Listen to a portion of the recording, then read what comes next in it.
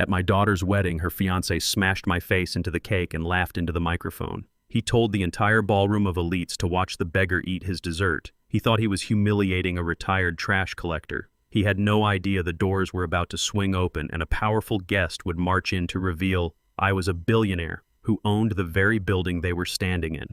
Before I continue this story, let me know where you are watching from in the comments below. Hit like and subscribe if you have ever had to stand up to people who underestimated your worth based on the clothes you wear. My name is Howard.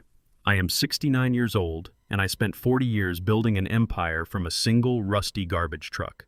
Cold vanilla frosting invaded my nostrils. Connor's hand pressed violently against the back of my neck, driving my face deep into the three-tier wedding cake. The impact sent a sharp shockwave down my spine. The classical string quartet playing in the corner of the Plaza Hotel ballroom cut off instantly. The silence that followed was suffocating. Connor pulled his hand back. I heard the crisp rustle of a silk napkin as he wiped his fingers clean. He tapped the microphone. The high-pitched feedback echoed off the crystal chandeliers. He grinned, his voice dripping with venom. "Try some dessert, beggar." He paced the stage, looking out at his wealthy guests. He publicly declared he was doing a massive favor by letting a retired trash collector step into high society. He mocked my cheap gray suit. He mocked the heavy calluses on my hands. He told the crowd that charity had its limits and it was time for the garbage man to know his place. I stayed perfectly still, listening to the murmurs of the 200 guests. Connor had married my daughter Kendra just 2 hours ago. He believed he had secured his financial future. He believed his orchestrated humiliation would break my spirit and solidify his dominance over my family. He was a financial broker masking a mountain of debt with leased sports cars and fake smiles. I knew everything about his failing accounts. I knew he owed money to dangerous people. I knew he needed Kendra to save his sinking ship. I simply needed to see how far his absolute arrogance would push him before I dismantled his life. Kendra stood completely frozen a few feet away. Clumps of white frosting splattered across her custom designer gown. I paid for that dress with cash I earned moving freight across state lines. She stared at me with wide, terrified eyes. She took a trembling step forward, reaching out her hand to help me. Patricia Connor's mother stepped in immediately. Patricia yanked Kendra's arm back with brutal force, her manicured nails digging into my daughter's skin. Patricia whispered something harsh into Kendra's ear, forcing her to stay put. At the head table, William Connor's father chuckled loudly. His laugh cut through the quiet room, a sound of pure aristocratic entitlement. William considered himself old money, a man of profound pedigree who despised my working-class roots. He hid the fact that his own real estate firm was hemorrhaging money and facing bankruptcy. I did not shout. I did not shed a single tear. I slowly pulled my face from the ruined cake. I reached out and grabbed a clean linen napkin from the table. I wiped my eyes and cheeks with absolute precision. I moved deliberately, making sure every guest in the room watched a man maintain his dignity in the face of sheer cruelty. The frosting clung to my lapels. I let it sit there. I looked directly at Connor. His arrogant smirk faltered for a fraction of a second. He expected rage. He expected a loud, embarrassing outburst that would justify his narrative of my lack of class. My silence unnerved him. I stood tall, squaring my shoulders, staring straight through his facade. He was a predator who thought he had cornered a weak animal. He failed to realize he had walked into a steel trap I had spent the last decade building. The tension in the ballroom reached a breaking point. Guests shifted uncomfortably in their seats. Connor opened his mouth to deliver another insult, eager to regain control of his audience. He never got the chance to speak. The heavy oak doors at the back of the ballroom swung open with a violent crash. Mitchell Thorne marched in. He was the most ruthless real estate executive in the state, a man who built skylines and destroyed corporate monopolies. He did not wear a tuxedo. He wore a sharp business suit, his face contorted in absolute fury. He ignored the gasps of the guests and walked straight down the center aisle. He pointed a long, accusatory finger directly at Connor. Mitchell roared through the silence, his voice shaking the crystal glasses on the tables. He demanded to know what Connor was doing to Howard. Mitchell did not use the term trash collector. He called me a billionaire. He announced to the entire room that I owned the commercial supply chain of the entire city. He declared that my holding company owned the very hotel they were standing in. The ballroom erupted in chaos. Gasps echoed off the walls. Whispers turned into loud exclamations of shock. Connor's arrogant smirk completely disintegrated. The color drained from his face, leaving him looking like a ghost in a tailored tuxedo. His eyes darted wildly from Mitchell to me, desperately searching for a punchline to a joke that did not exist. He stepped backward, his legs giving out beneath him. His heel caught the edge of the stage. He stumbled backward and crashed violently into the massive champagne tower. Hundreds of crystal glasses shattered against the marble floor. Expensive champagne soaked his pristine shoes.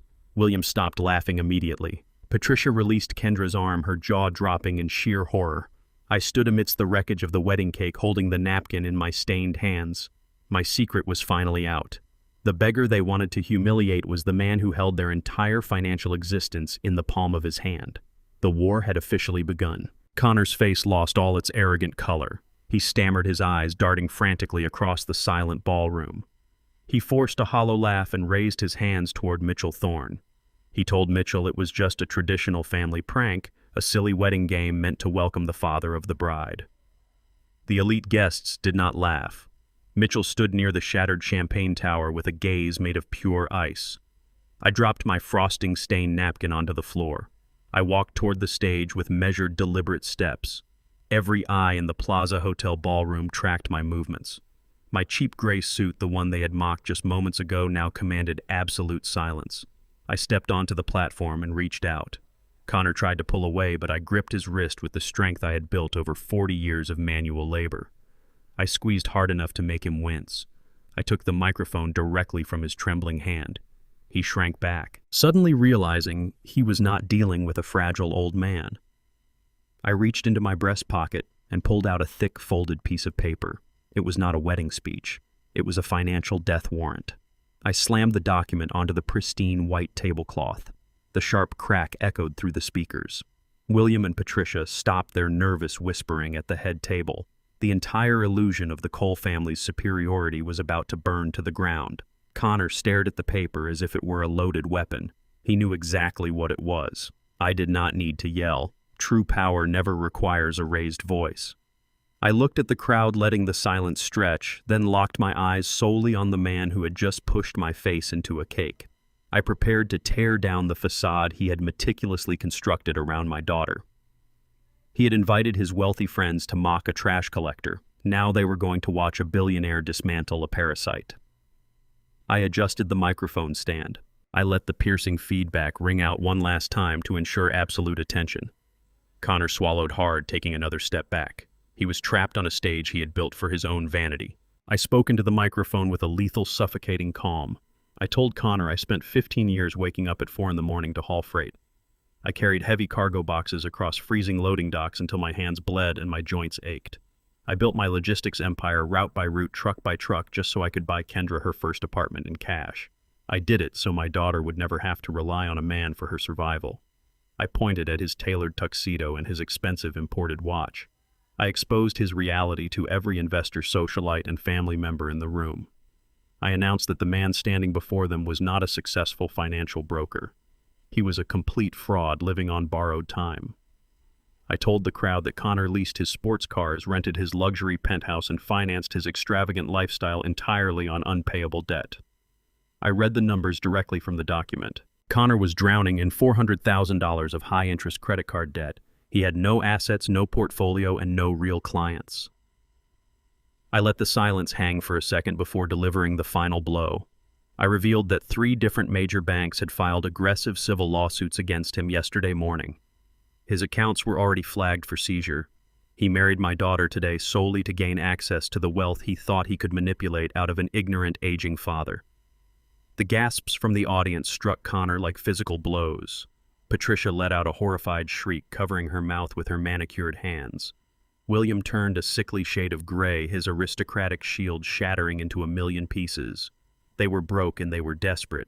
They had used this wedding to secure their financial survival. I stared at Connor and watched his carefully crafted world collapse in real time.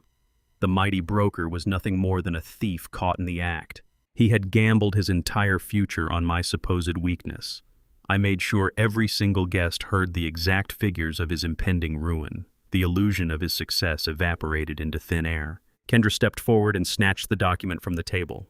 Her eyes scanned the official bank seals and the bold red numbers confirming his financial ruin. Her hands began to shake violently. She looked at Connor, her voice breaking as she asked him if it was true. Connor panicked. His fear instantly mutated into vicious aggression. He lunged forward and grabbed Kendra's wrist with a brutal, unyielding grip. He yanked her toward him, completely ignoring her sudden gasp of pain. He pointed a shaking finger at me and screamed into the silent room. He accused me of forging the documents to destroy his reputation. He claimed I was a jealous, controlling father trying to ruin her perfect wedding day because I could not stand seeing her happy and independent. He tightened his hold on her arm, his knuckles turning white. He forced her to make a choice right then and there. He demanded she decide between the man she just married and the father he claimed was lying to isolate her. Kendra looked around the ballroom. She saw the flashing cameras of the guests, the shattered glass on the floor, and the horrifying public spectacle. The psychological grip Connor had cultivated over her mind for 2 years was too strong to break in a single moment of trauma. Overwhelmed by the sheer humiliation and terrified of the sudden explosive chaos, her judgment snapped. She dropped the bank document onto the frosting-covered floor. She turned her back on me. She let Connor drag her by the arm down the center aisle, fleeing the ballroom. William and Patricia scrambled after them, rushing out the doors to escape the glares of their peers. I stood on the stage and watched the heavy oak doors slam shut. I had exposed the truth, but the immediate cost was devastating. I had just lost my daughter to a monster. The conflict had not ended. It had merely shifted to a far more dangerous battlefield. I remained completely still, processing the cold reality of my failure to protect her in that instant. My wealth could buy the hotel, but it could not buy her immediate freedom from his manipulation. The heavy oak doors had barely swung shut behind my fleeing daughter when William marched across the frosting-stained marble floor. His face was a mask of pure aristocratic outrage. He stepped firmly, his expensive leather shoes clicking sharply against the stone. He did not care that his son had just humiliated a man in front of hundreds of high society guests. He only cared that his family name had been dragged through the mud. William stopped inches from my face. He reeked of expensive scotch and unearned superiority. He jabbed a manicured finger at my chest and demanded to know who I thought I was. He boasted loudly about his family heritage. He claimed the Cole family had built this city long before my ancestors were even allowed to walk its streets. He sneered at my charcoal suit, calling it a cheap rag completely unfit for a hotel of this caliber. He promised to unleash a legion of corporate lawyers to destroy my logistics company. He vowed to sue me into total bankruptcy for defaming his son. Patricia stood right behind him, crossing her arms and nodding with cold satisfaction. They expected me to cower in fear. They expected the working-class man to apologize and shrink under the weight of their historical privilege. They relied on intimidation tactics that had worked for generations against people who looked exactly like me. I did not raise my voice. I did not engage in a screaming match to defend my honor. Arguing with a desperate man is a complete waste of precious time. Instead, I adjusted my collar and looked past his shoulder. I locked eyes with the general manager of the Plaza Hotel, a man named Arthur, who had been hovering nervously near the shattered champagne tower. I raised my right hand and gave Arthur a single sharp nod. Arthur immediately rushed forward, his clipboard held tightly against his chest. William scoffed, assuming the manager was coming to escort me off the premises. William loudly demanded that Arthur call security and throw the trash collector out the back door. Arthur did not look at William. He stood directly in front of me and bowed his head slightly, waiting for my command. The confusion on William's face was instantaneous. The arrogant smirk vanished, replaced by a deep, sudden uncertainty. I kept my eyes fixed entirely on William as I prepared to strip away his most prized possession. I was about to dismantle his social standing in front of his elite peers. I instructed Arthur to shut down the entire reception immediately. I ordered the catering staff to clear the tables, the string quartet to pack their instruments, and the valets to bring every guest car to the front entrance. Arthur nodded swiftly and began issuing orders into his earpiece with absolute precision.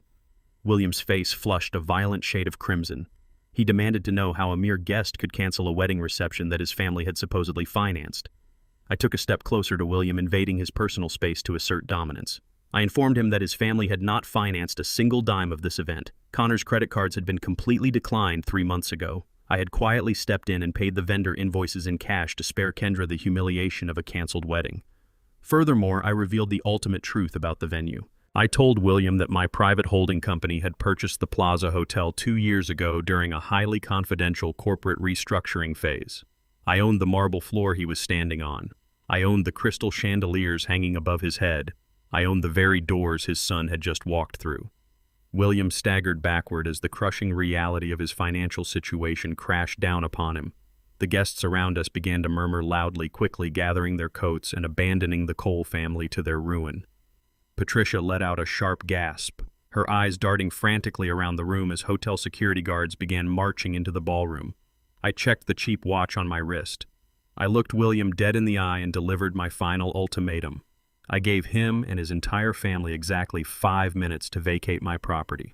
I promised him that if I saw his face on my premises at the 6-minute mark, I would have him handcuffed and dragged out by the police for criminal trespassing. I turned my back on him and walked over to Mitchell Thorne, who was watching the scene with deep satisfaction. I did not wait to see William's reaction. The hotel security team formed a tight, uncompromising circle around the Cole family, pointing decisively toward the exit. The illusion of the untouchable old money dynasty was completely shattered. They were being thrown out into the cold night just like the common criminals they truly were. The wail of police sirens pierced the cool evening air outside the hotel lobby. Arthur had taken my threat seriously and summoned law enforcement to handle the eviction. I stood near the massive floor-to-ceiling windows of the ballroom and watched the scene unfold on the street below. 2 uniformed officers firmly escorted a furious William and a hysterical Patricia down the grand stone steps. Passers-by stopped on the sidewalk, pulling out their phones to record the spectacular downfall of the city's most pretentious family. William shoved a police officer's hand away and straightened his ruined jacket. Right before the heavy glass doors closed to shut them out forever, William turned around. He locked eyes with me through the glass. The panic and humiliation in his expression were suddenly replaced by a vicious, triumphant sneer. He shoved his way back through the sliding doors, ignoring the loud protests of the security guards. He stopped just inside the lobby, pointing a trembling finger at my chest. He yelled that I had won absolutely nothing today. He declared that my money and my vast real estate empire were completely useless in this fight. He informed me that Connor had taken Kendra to a private notary before the wedding ceremony began that very morning. William laughed maliciously, savoring every single syllable as he dropped his final bomb. He revealed that Kendra had signed a comprehensive, irrevocable power of attorney. She had legally transferred complete control of all her financial assets, medical decisions, and trust fund allocations directly to Connor. William shouted that Connor legally owned my daughter, and there was nothing my billions could do to stop him from draining her accounts dry. The police officers grabbed William by the shoulders and forcefully dragged him back out of the building. The doors clicked shut, plunging the lobby into a sudden suffocating quiet. The victory of throwing them out turned to ash in my mouth. I stood paralyzed in the empty ballroom. Connor had anticipated my interference from the very beginning. He had manipulated Kendra into handing over the keys to her entire existence before I could even make my move. The battlefield had changed entirely. My daughter was trapped with a desperate, dangerous man who now held total legal authority over her life. I pulled out my secure phone and immediately dialed my lawyer. I needed to act before Connor could reach a bank. I sit behind my massive mahogany desk in my glass-walled office on the 40th floor. The morning sun reflects brightly off the surrounding skyscrapers. I deliver heavy construction materials to every single day. Jonathan Reed, my lead attorney, sits directly across from me. His face remains devoid of any emotion as he slides a heavily stamped document across the polished wood. It is a high-resolution digital copy of the power of attorney Kendra signed just 24 hours ago. The blue ink on her signature looks distinctly rushed and jagged. Jonathan quickly confirms my absolute worst fear. Connor is currently sitting in the executive lobby of the premier downtown bank branch. He is meeting with a senior wealth manager at this exact moment. Connor is actively attempting to liquidate the $20 million trust fund I secretly established for Kendra on her 18th birthday. I kept that massive sum of money completely hidden to protect her from predatory men who view marriage as nothing more than a financial acquisition. I wanted her to build strong character before she inherited an empire. Connor somehow discovered the private account routing numbers during his brief time helping Kendra set up a joint checking account. He used that tiny sliver of access to prepare the complex legal framework for this massive theft. Now, armed with the sweeping authority of the document William bragged about, Connor is instructing the bank to wire every single dollar into an offshore corporate account registered exclusively under his name. Jonathan taps the glass of his tablet. The bank manager is legally obligated to process the request because the power of attorney is technically valid under current state law.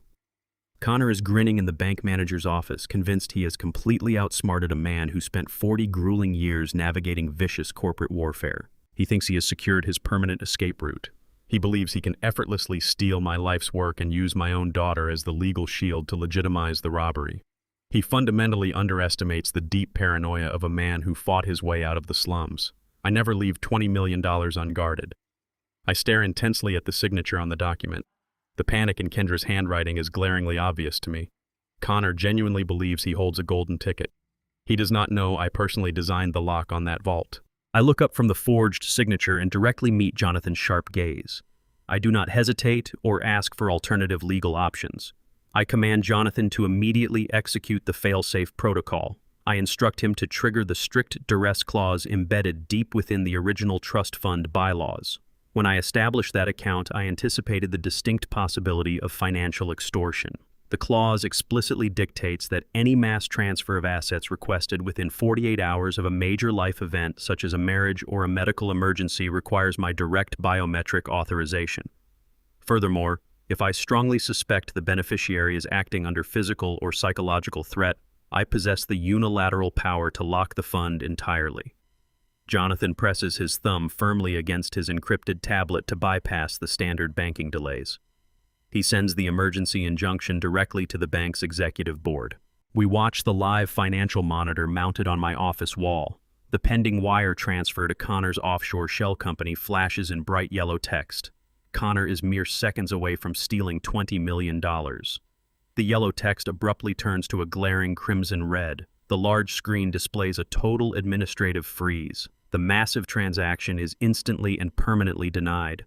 Down at the bank branch, the wealth manager receives the high-level override notification on his computer screen. He calmly informs Connor that the power of attorney has been flagged for fraudulent duress. The manager explains that the account is entirely inaccessible and any further attempts to move the funds will trigger an immediate federal investigation. Connor's massive payout vanishes into thin air. He is left sitting in a leather chair with absolutely nothing to his name except his rapidly mounting debts. I lean back in my chair, interlacing my fingers together. I feel a grim satisfaction knowing Connor is currently experiencing the exact terror he intended to inflict upon my daughter. I have effectively severed his primary financial oxygen supply. He brought a useless piece of paper to a relentless corporate war. I brought a guillotine. The trap has snapped shut heavily on his hand.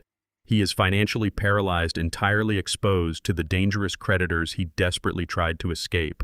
He cannot run, and he cannot fight me in the banking sector. He has to face the harsh reality of his own ruin. The heavy silence in my office is broken by the sharp buzz of my secure direct line. Only a handful of trusted people possess this private number. I press the speaker button immediately. Connor's voice explodes through the high-quality audio system. He does not bother playing the polite son-in-law anymore. He screams into the receiver with a frantic, unhinged rage. He demands to know what I have done to the transaction. He forcefully orders me to unlock the accounts immediately or face a massive civil lawsuit for financial interference. His breathing is heavy and erratic over the phone. He is standing on the busy street outside the bank watching his entire criminal strategy crumble to dust. I remain perfectly still in my chair. I tell him in a low, unwavering tone that he will not see a single dime of my money. I inform him that the bank has already locked the doors behind him and flagged his profile for attempted wire fraud. Connor realizes his intimidation tactics have completely failed against me. He violently shifts from demanding the money to using the only leverage he has left. He weaponizes my daughter. He lowers his voice to a vicious, trembling whisper. He tells me that Kendra is currently locked tightly inside his car. He claims he has already chartered a private plane at the municipal airport under a fake corporate manifest. He threatens to forcefully drag Kendra onto that flight within the hour.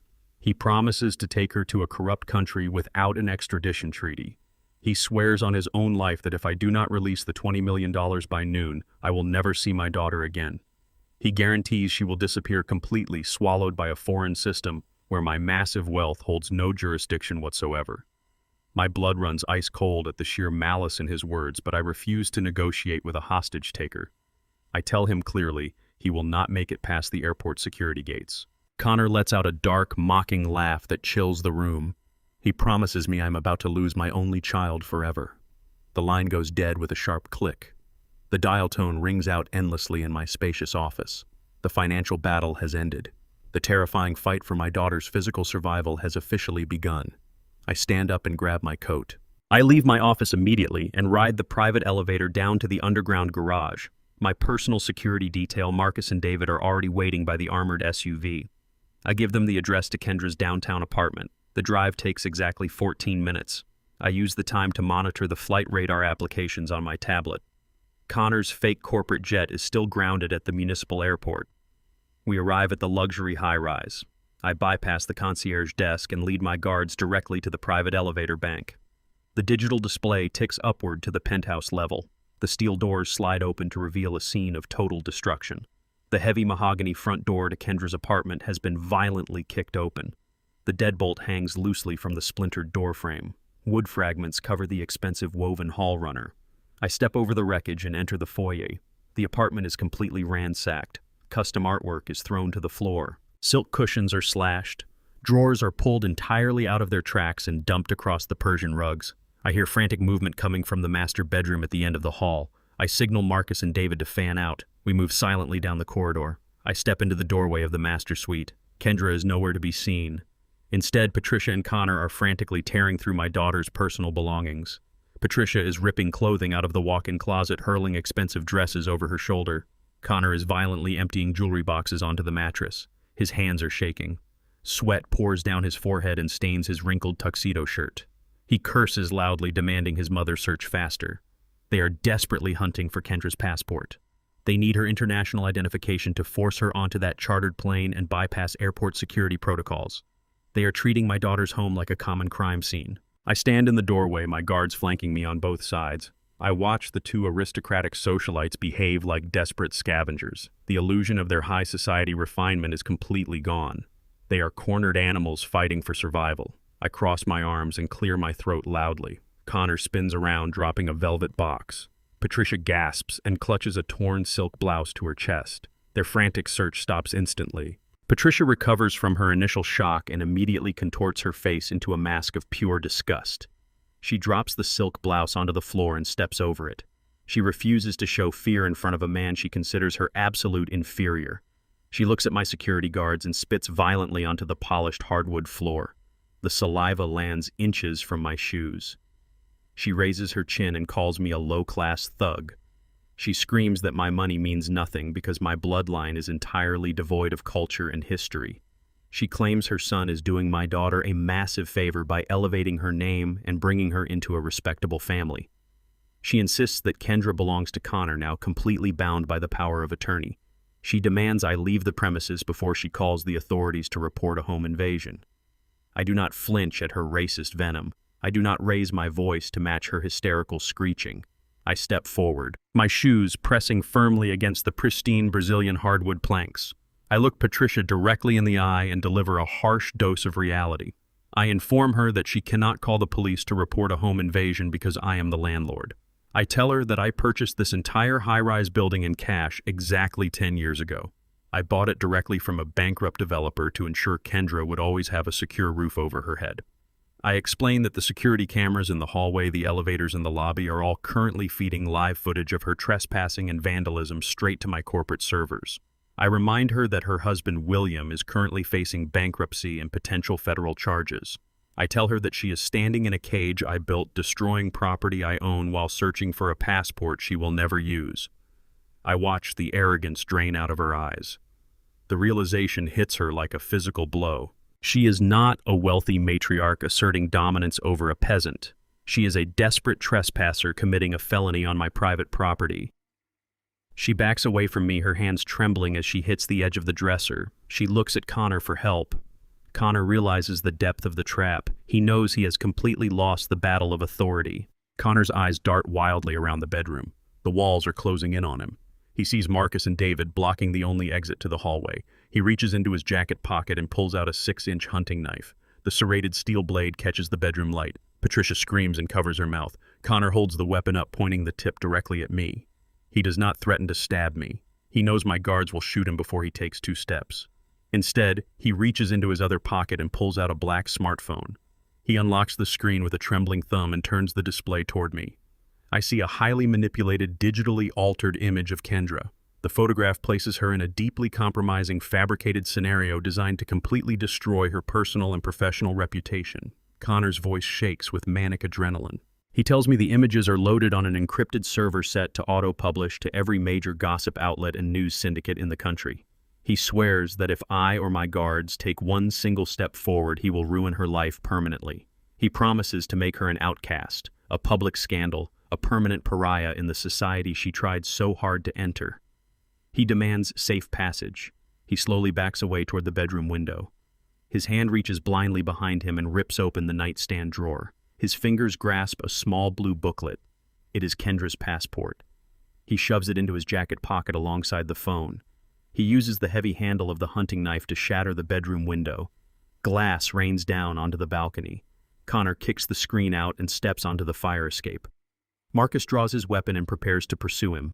I immediately raise my hand and order Marcus to stand down. I command David to lower his stance. I cannot risk calling Connor's bluff. A single leaked image will haunt Kendra forever. I must protect her dignity at all costs, even if it means letting the parasite escape. Connor sneers, turns his back, and sprints rapidly down the iron stairs of the fire escape into the dark alley below. I stand in the ruined bedroom watching him vanish. I have protected her reputation, but he holds the passport. The hunt must continue. The morning sun rises over the city, but the light brings no relief. By 6 o'clock, my corporate public relations director is pounding on my office door. She slides a tablet across my desk without saying a single word. The screen displays a video uploaded to every major social media platform. It has already amassed 3 million views in under 2 hours. I press play and watch Connor deliver his masterpiece of digital manipulation. He sits on the edge of a cheap motel bed, his face intentionally smudged with dirt, his expensive tuxedo shirt deliberately torn at the collar. He looks directly into the camera with perfectly timed tears streaming down his face. He spins a devastating, highly edited narrative. He completely omits his crippling credit card debt, the dangerous cartel loans, and his desperate attempt to drain Kendra's $20 million trust fund. Instead, he plays the absolute victim. He paints me as a controlling, tyrannical black billionaire holding a young, innocent white couple hostage. He claims I sent armed thugs to his apartment to kidnap him and his new bride right after their wedding. He shows a cleverly cropped video clip of my security guard Marcus drawing his weapon on the fire escape. Connor carefully edits out the hunting knife he held and the threats he made against my daughter's digital reputation. Connor stares deeply into the lens and begs the public for help. He claims I am using my vast, unchecked wealth to destroy their true love simply because he does not meet my ruthless corporate standards. The comments beneath the video are a toxic wasteland of outrage. Thousands of strangers are calling for immediate federal investigations into my company logistics. They label me a monster, a dictator, a controlling father holding a young couple hostage in an invisible financial prison. Connor has expertly weaponized the public's innate distrust of billionaires. He knows he cannot beat me in a boardroom or a bank vault, so he has dragged the war into the chaotic court of public opinion. He wants to force me into a corner where my money becomes a massive liability rather than a shield. My public relations director begs me to release a statement to mitigate the damage. I silence her with a raised hand. I watch the video loop for a second time. Connor believes public pressure will force me to surrender Kendra's trust fund to save my corporate image. He severely miscalculates my priorities. I do not care about public opinion. The digital smear campaign delivers a swift and brutal blow to the financial markets.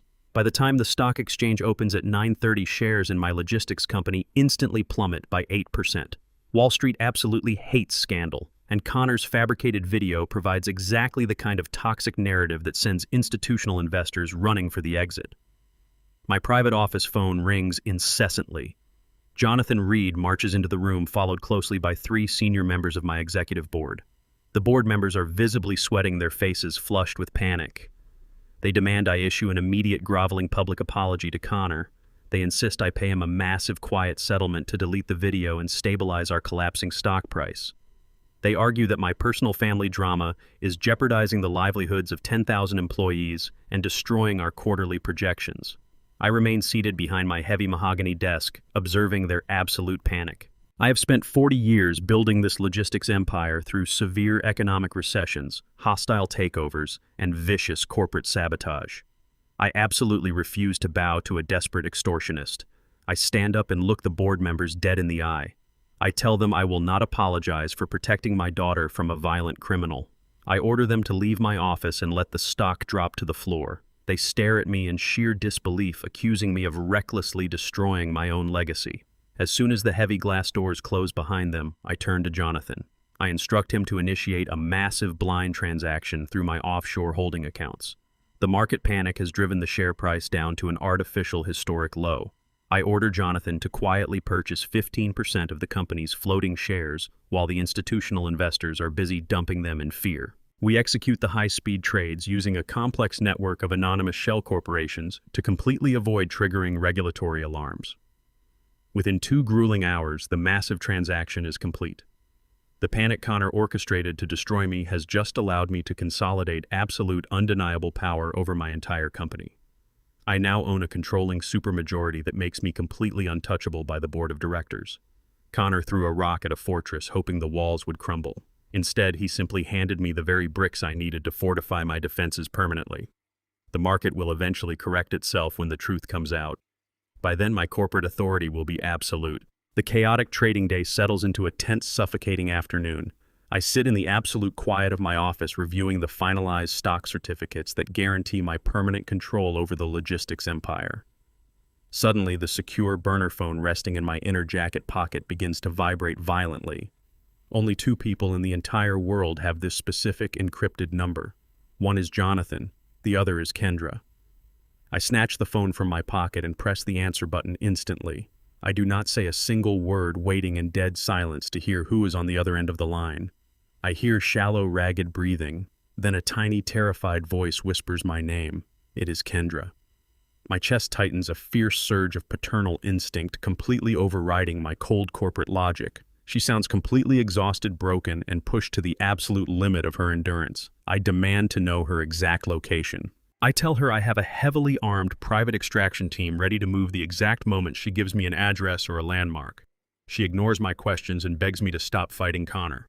Her voice trembles with a raw, visceral fear I have never heard from her before. She tells me that my aggressive financial counterattacks have pushed Connor past the point of rational thought.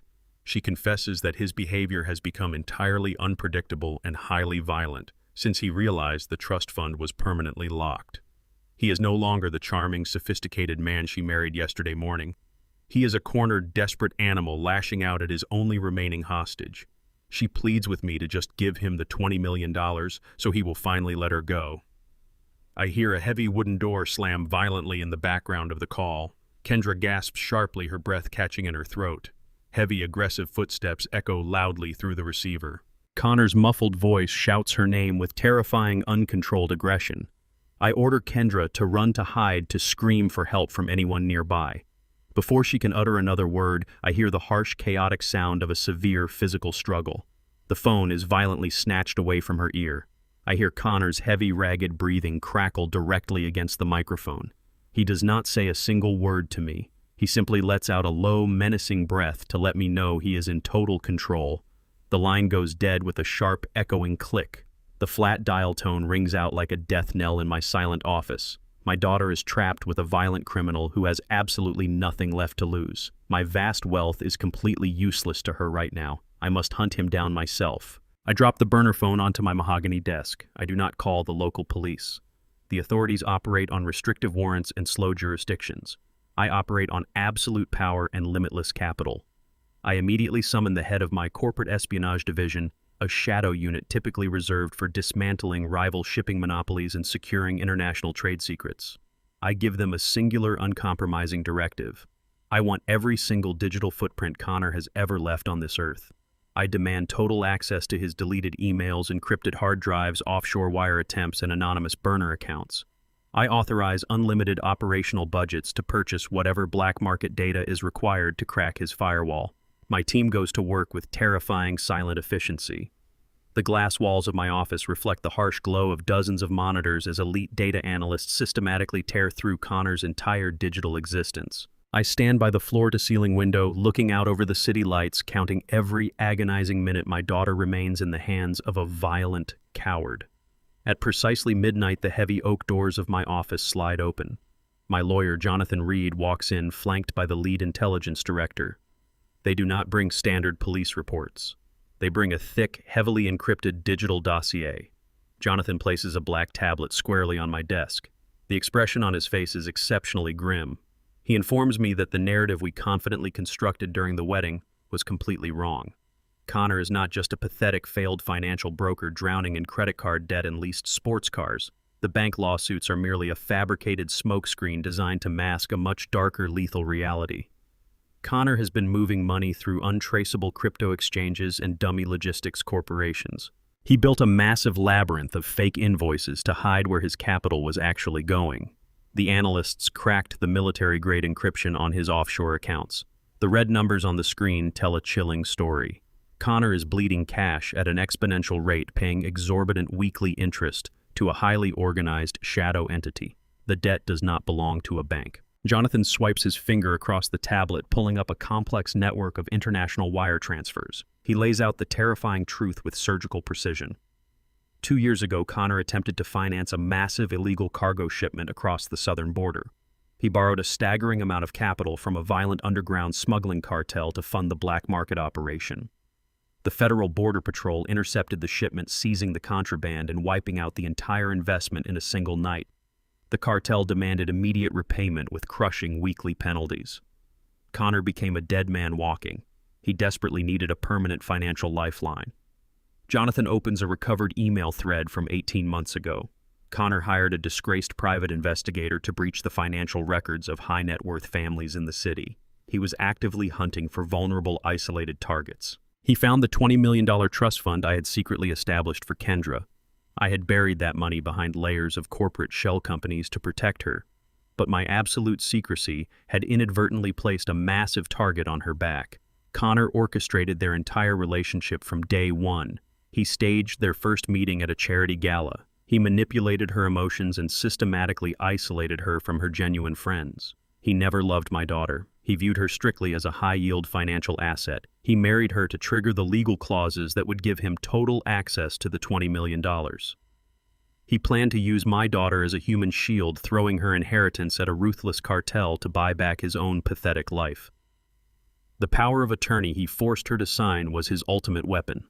When I locked the trust fund using the duress clause, I unknowingly severed his only negotiation tactic with the smugglers. He is now trapped with my daughter, entirely unable to pay the very men who kill for sport. I stare at the digital evidence on the tablet. The heavy guilt of hiding the money washes over me, quickly replaced by a cold, homicidal rage. I built an impenetrable fortress, but I let the enemy walk right through the front door. The secure terminal on my desk chimes abruptly. The intelligence director taps his earpiece, his face turning entirely pale under the office lights. The cartel has intercepted the news of the wedding. They saw the highly manipulated viral video Connor uploaded to social media. The smugglers realized their debtor had just married the sole daughter of a billionaire logistics tycoon. They are apex predators. They immediately recognize that Connor is a useless, bankrupt middleman. Why settle for his meager delayed debt repayments when they can extort the primary source directly? They have bypassed Connor entirely. The private elevator hums loudly. The steel doors part, and my head of physical security steps onto the 40th floor. He is holding a heavy, reinforced steel lockbox. He places it squarely on my desk. He explains that a heavily tinted van breached the loading dock security perimeter exactly 10 minutes ago. A masked driver tossed this box onto the concrete and sped away before my armed guards could engage the vehicle. I do not wait for the bomb squad to clear the package. I grab a heavy steel letter opener and pry the latch open with brute force. Inside the box rests a tangled diamond necklace. It is the exact necklace Kendra wore down the aisle yesterday morning. Next to the jewelry lies a cheap plastic burner phone. The screen lights up instantly with a harsh glare.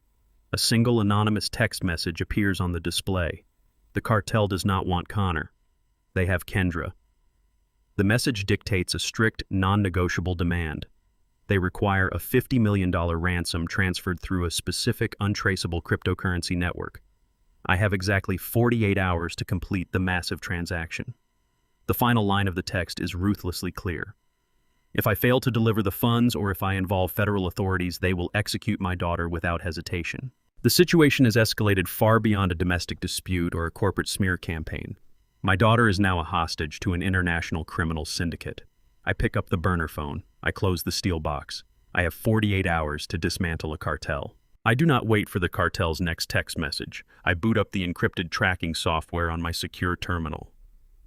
I had Jonathan implant a microscopic GPS transmitter inside the heavy platinum watch I gave Connor as a wedding gift.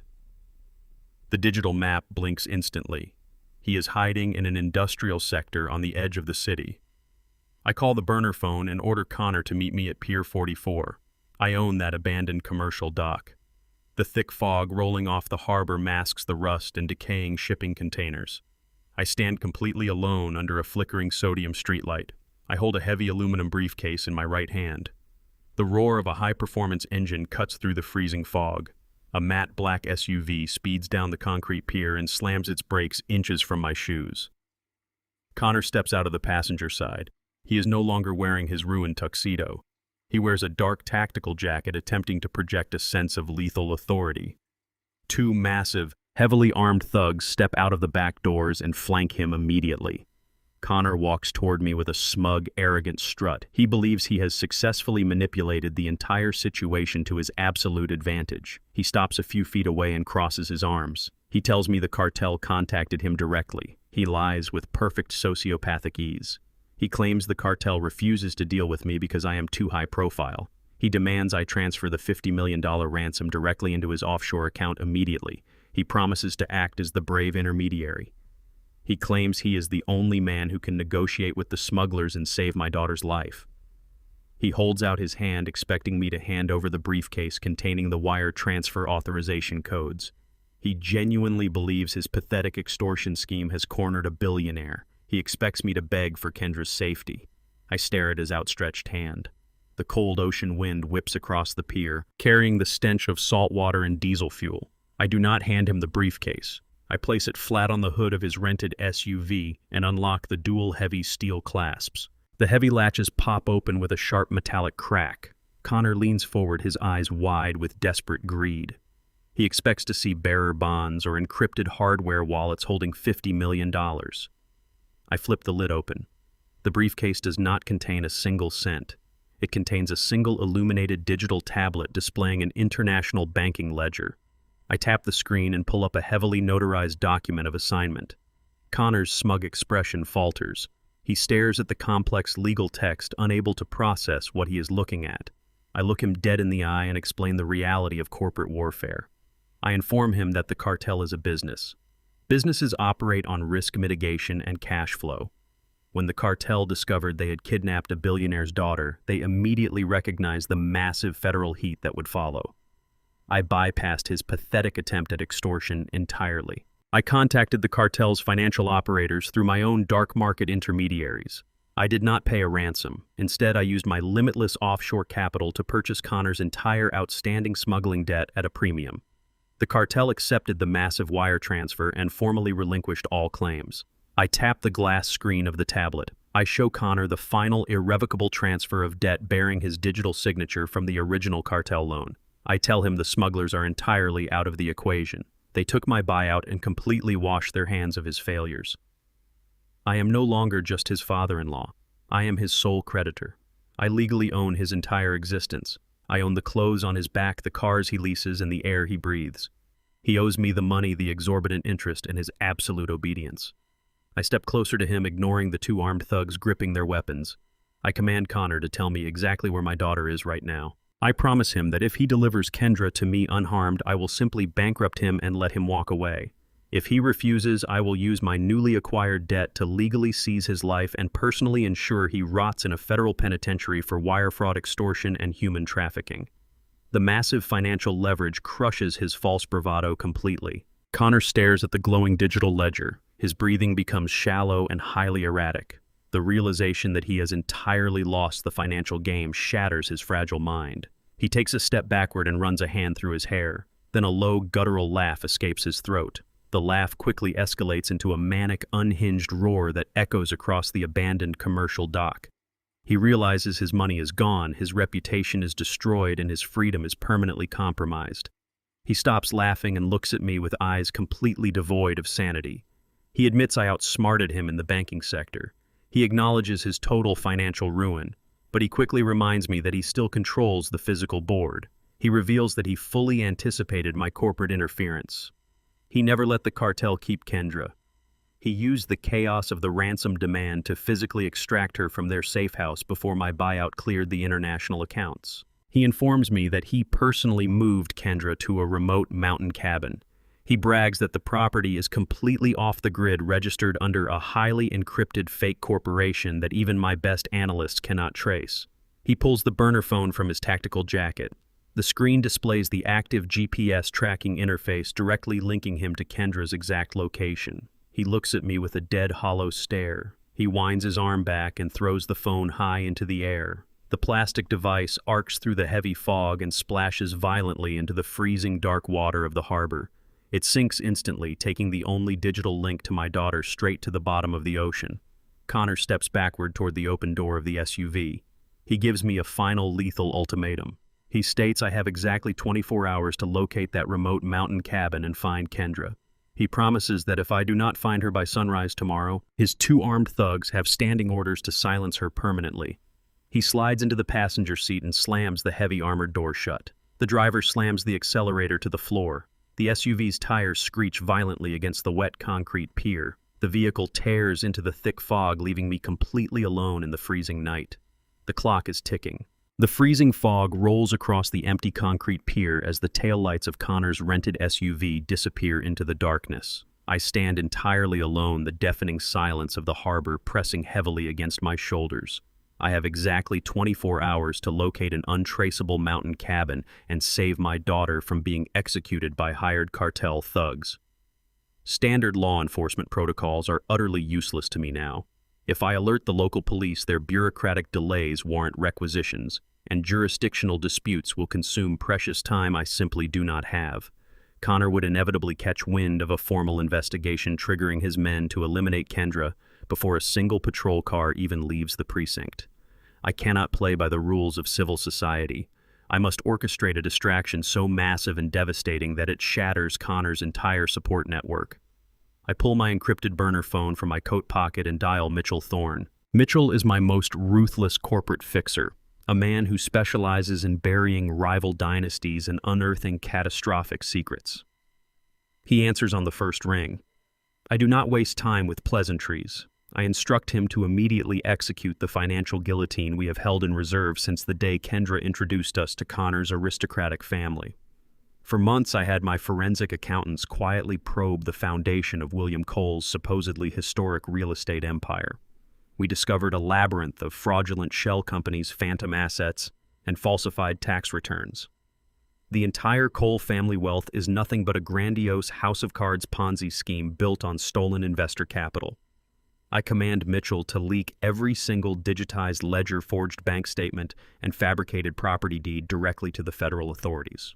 I tell him to bypass the local branches and send the dossier straight to the highest levels of the Financial Crimes Division. I order him to simultaneously forward the identical evidence package to the most aggressive investigative journalists in the city.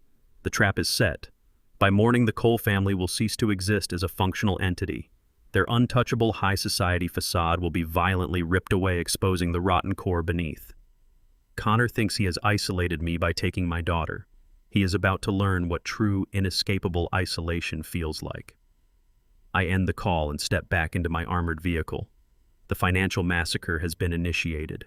At precisely 3 o'clock in the morning, the tranquil silence of the city's most exclusive gated community is shattered.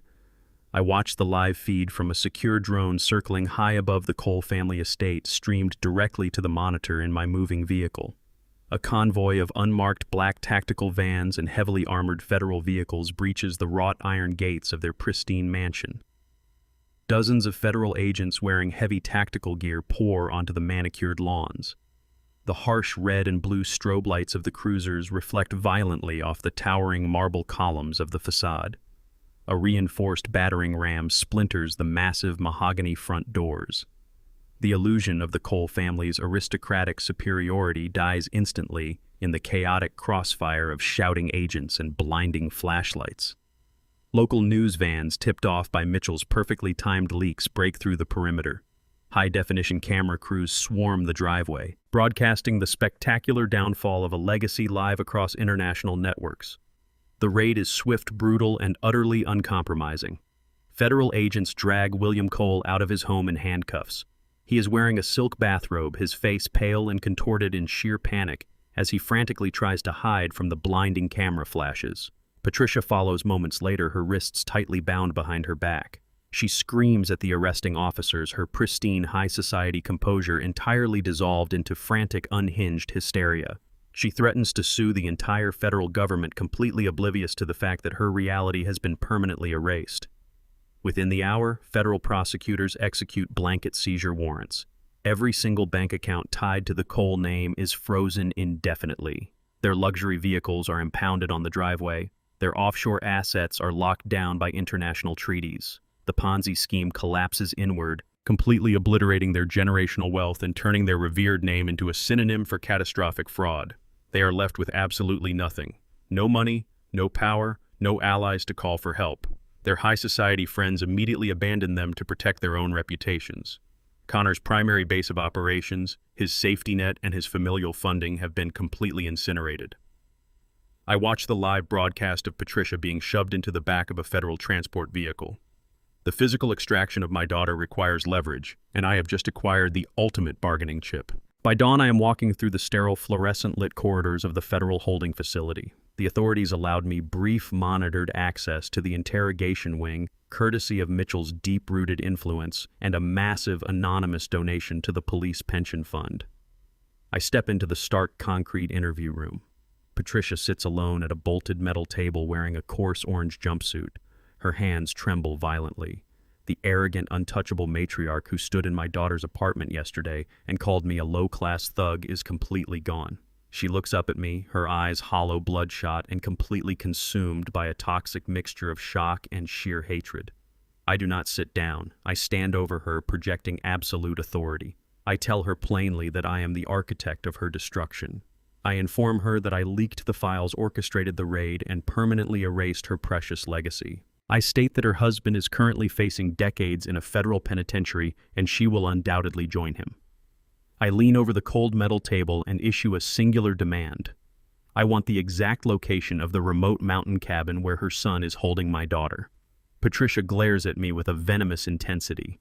She leans forward and spits violently against the reinforced glass divider separating us. She curses my name, blaming me for her son's failures and her family's complete financial annihilation.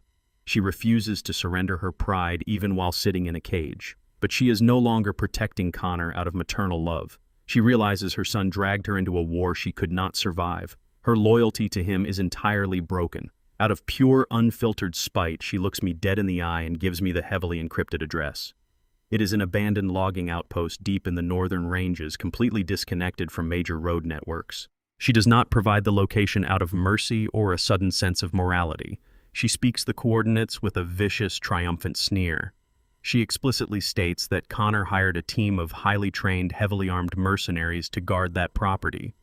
She tells me she hopes I drive up that mountain and walk straight into a bloodbath. She promises me that her son's men will slaughter my guards, execute my daughter, and leave my body to rot in the freezing dirt.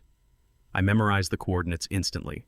I turn my back on Patricia Cole without uttering another word, leaving her to rot in the ruins of her own arrogance. The final battle lines are drawn.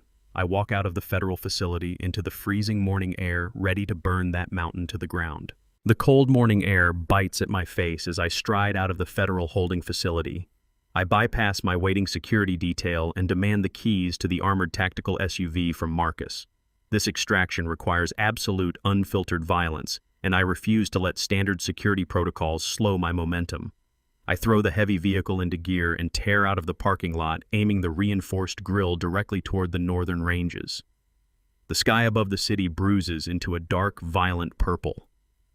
A massive storm front rolls down from the peaks, mirroring the lethal fury I have kept tightly chained inside my chest for 40 years. The first heavy drops of freezing rain smash against the bulletproof windshield. Within minutes, the storm unleashes a torrential downpour, flooding the winding asphalt highways that lead out of the metropolitan grid.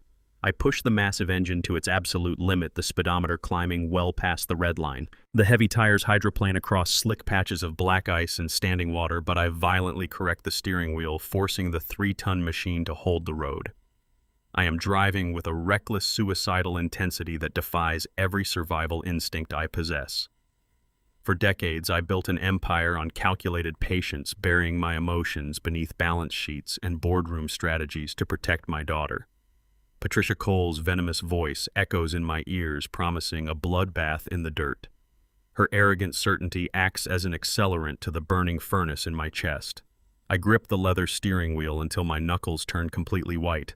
The rain lashes harder against the glass, the windshield wipers fighting a losing battle against the deluge. The steep mountain incline begins the road narrowing into a treacherous winding path bordered by jagged rock walls on one side and a sheer plunging drop on the other. I do not touch the brakes. I take the blind hairpin turns with terrifying speed, letting the heavy chassis slide dangerously close to the crumbling shoulder. The storm rages around me, stripping away the refined corporate billionaire and leaving only a father hunting for his child. I will rip that mountain apart stone by stone to get Kendra back. The encrypted communication console embedded in the dashboard chimes sharply over the roar of the engine and the beating rain. I press the illuminated button to answer. Jonathan Reed's voice fills the cabin, completely devoid of his usual composed legal cadence. He breathes heavily into the receiver, stating he just received a heavily redacted file from Mitchell Thorne's forensic sweep of the Cole family archives. Mitchell did not just uncover financial fraud during his deep dive into their legacy. He accidentally unearthed a buried, highly classified police report from 20 years ago. My blood turns to ice as Jonathan reads the contents of the unsealed document. 2 decades ago, my wife Evelyn was struck and killed by an unidentified drunk driver at a dark intersection. The local authorities categorized it as a tragic hit-and-run, closing the investigation, after citing a lack of physical evidence and eyewitness testimony.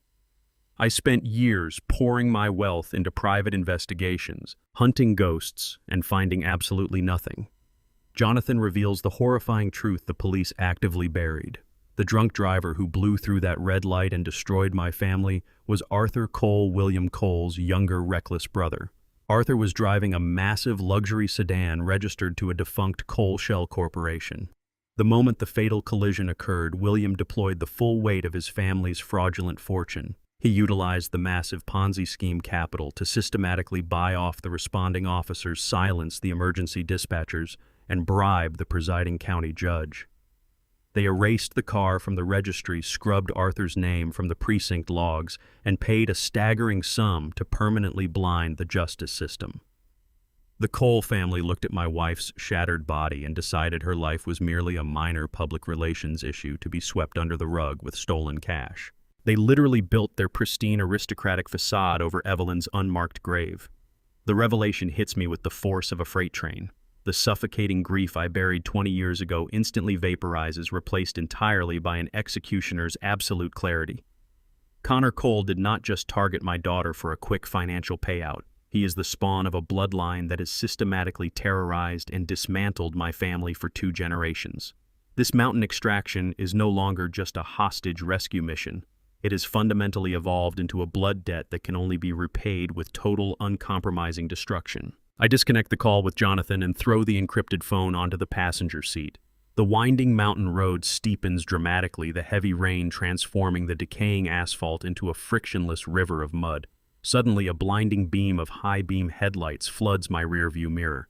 The intense glare completely washes out the dark road behind me. I check the side mirrors and spot a massive, heavily armored commercial logging truck accelerating rapidly up the steep grade. The driver is pushing the diesel engine to maximum capacity, closing the distance between us with terrifying speed. This is not a random civilian vehicle navigating the storm. These are Connor's hired mercenaries dispatched to intercept me before I can reach the logging outpost.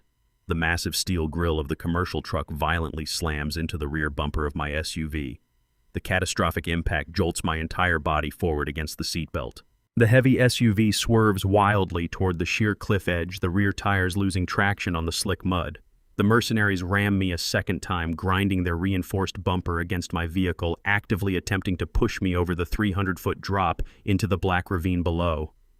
The sheer drop yawns to my right, a deadly abyss shrouded in heavy fog. I fight the steering wheel, aggressively correcting the slide to keep the chassis on the crumbling asphalt. The truck surges forward for a third fatal strike. I instantly calculate the physics of the wet road and execute a desperate countermaneuver. I grip the wheel with both hands and slam my foot entirely down on the brake pedal. The anti-lock brakes scream in protest as my heavy SUV decelerates with bone-jarring suddenness. The mercenaries do not have the reaction time to adjust their massive momentum. The heavy logging truck barrels past my left side, ripping off my side mirror and tearing a deep gash through the armored plating of my doors. The driver panics and locks his air brakes, but the sheer weight of the commercial rig carries it helplessly across the slick asphalt. The truck violently smashes through the steel guardrail and wraps itself around a massive pine tree on the absolute edge of the precipice. Metal shrieks and glass shatters into the stormy night. The front end of my SUV is heavily crushed, the engine smoking in the freezing rain, but the drivetrain remains functional. I shift the gears and press the accelerator, leaving the mercenaries trapped in their wrecked steel cage. I drive deeper into the dark mountains. The ruined engine of my armored SUV sputters and violently dies as I slide into a muddy clearing high above the tree line. The shattered headlights illuminate a decaying single-story wooden structure, half swallowed by the dense freezing pine forest. There are no other vehicles in sight. The mercenaries in the logging truck I forced off the cliff were his only perimeter defense. I step out into the freezing rain, my boots sinking deep into the cold mountain mud. The violent storm howls through the ancient trees, completely masking the sound of my approach. I do not draw a weapon or creep toward the windows to assess the tactical situation like a frightened amateur. I march directly up the rotting wooden steps.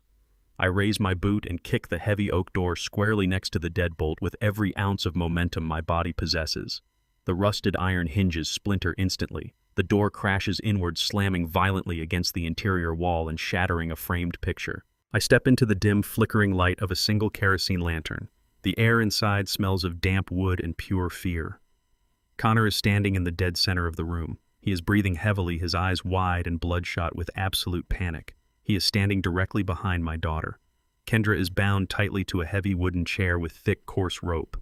Her wrists are tied viciously behind her back, her ankles strapped to the chair legs. She is crying completely silently, her terrified eyes locking onto mine the exact second I breach the room. Connor reacts to the sudden intrusion with the frantic, erratic reflexes of a cornered rat. He does not have a gun. He wraps his left arm tightly around Kendra's chest, pulling her backward against his torso. His right hand violently raises a jagged, blood-stained shard of a broken mirror. He presses the razor-sharp edge of the glass directly against Kendra's pale throat. A single drop of crimson blood rolls down her neck where the glass breaks the delicate surface of her skin. The tension in the room is suffocating. Connor uses my only child as a physical shield, his hands shaking so violently I can hear the glass scraping against the collar of her ruined wedding dress.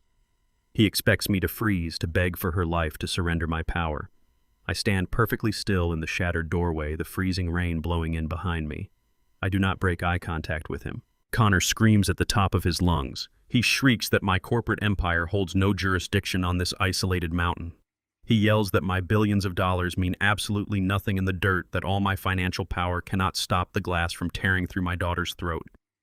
He demands I turn around and walk back into the storm, or he will end her life right in front of me. I do not retreat a single inch. I take a deliberate, heavy step forward. The floorboards creak loudly under my weight. Connor flinches, pressing the glass harder against Kendra. I take another step. I lock my gaze entirely on his panicked eyes, shutting out the storm outside and my daughter's quiet sobs. I speak in a low, terrifyingly calm voice that cuts right through his hysterical screaming. I tell him he is absolutely right about one thing. I tell him my vast wealth cannot buy back the dead. I inform him that my money could not bring back my wife Evelyn, after his uncle Arthur slaughtered her in a drunken hit-and-run 20 years ago. Connor's face goes entirely pale. His manic screaming dies instantly in his throat. He realizes I have unearthed the darkest, most protected secret of the Cole family bloodline. The revelation hits him with paralyzing force. I take another step, closing the distance. I tell him that while my money cannot reverse the murder his family covered up, it can definitively purchase his permanent destruction. I promise him with absolute certainty that if he harms one single hair on Kendra's head, I will not kill him. Death is far too brief a punishment for the debt his bloodline owes me. I swear to use every single dime of my $20 billion net worth to ensure he is locked inside a federal maximum security isolation cell. I promise to personally bribe every guard, every warden, and every inmate to make sure his existence becomes a never-ending nightmare of physical and psychological torture. I guarantee he will never see the sun, never speak to another human being, and never experience a single moment of peace for the next 60 years.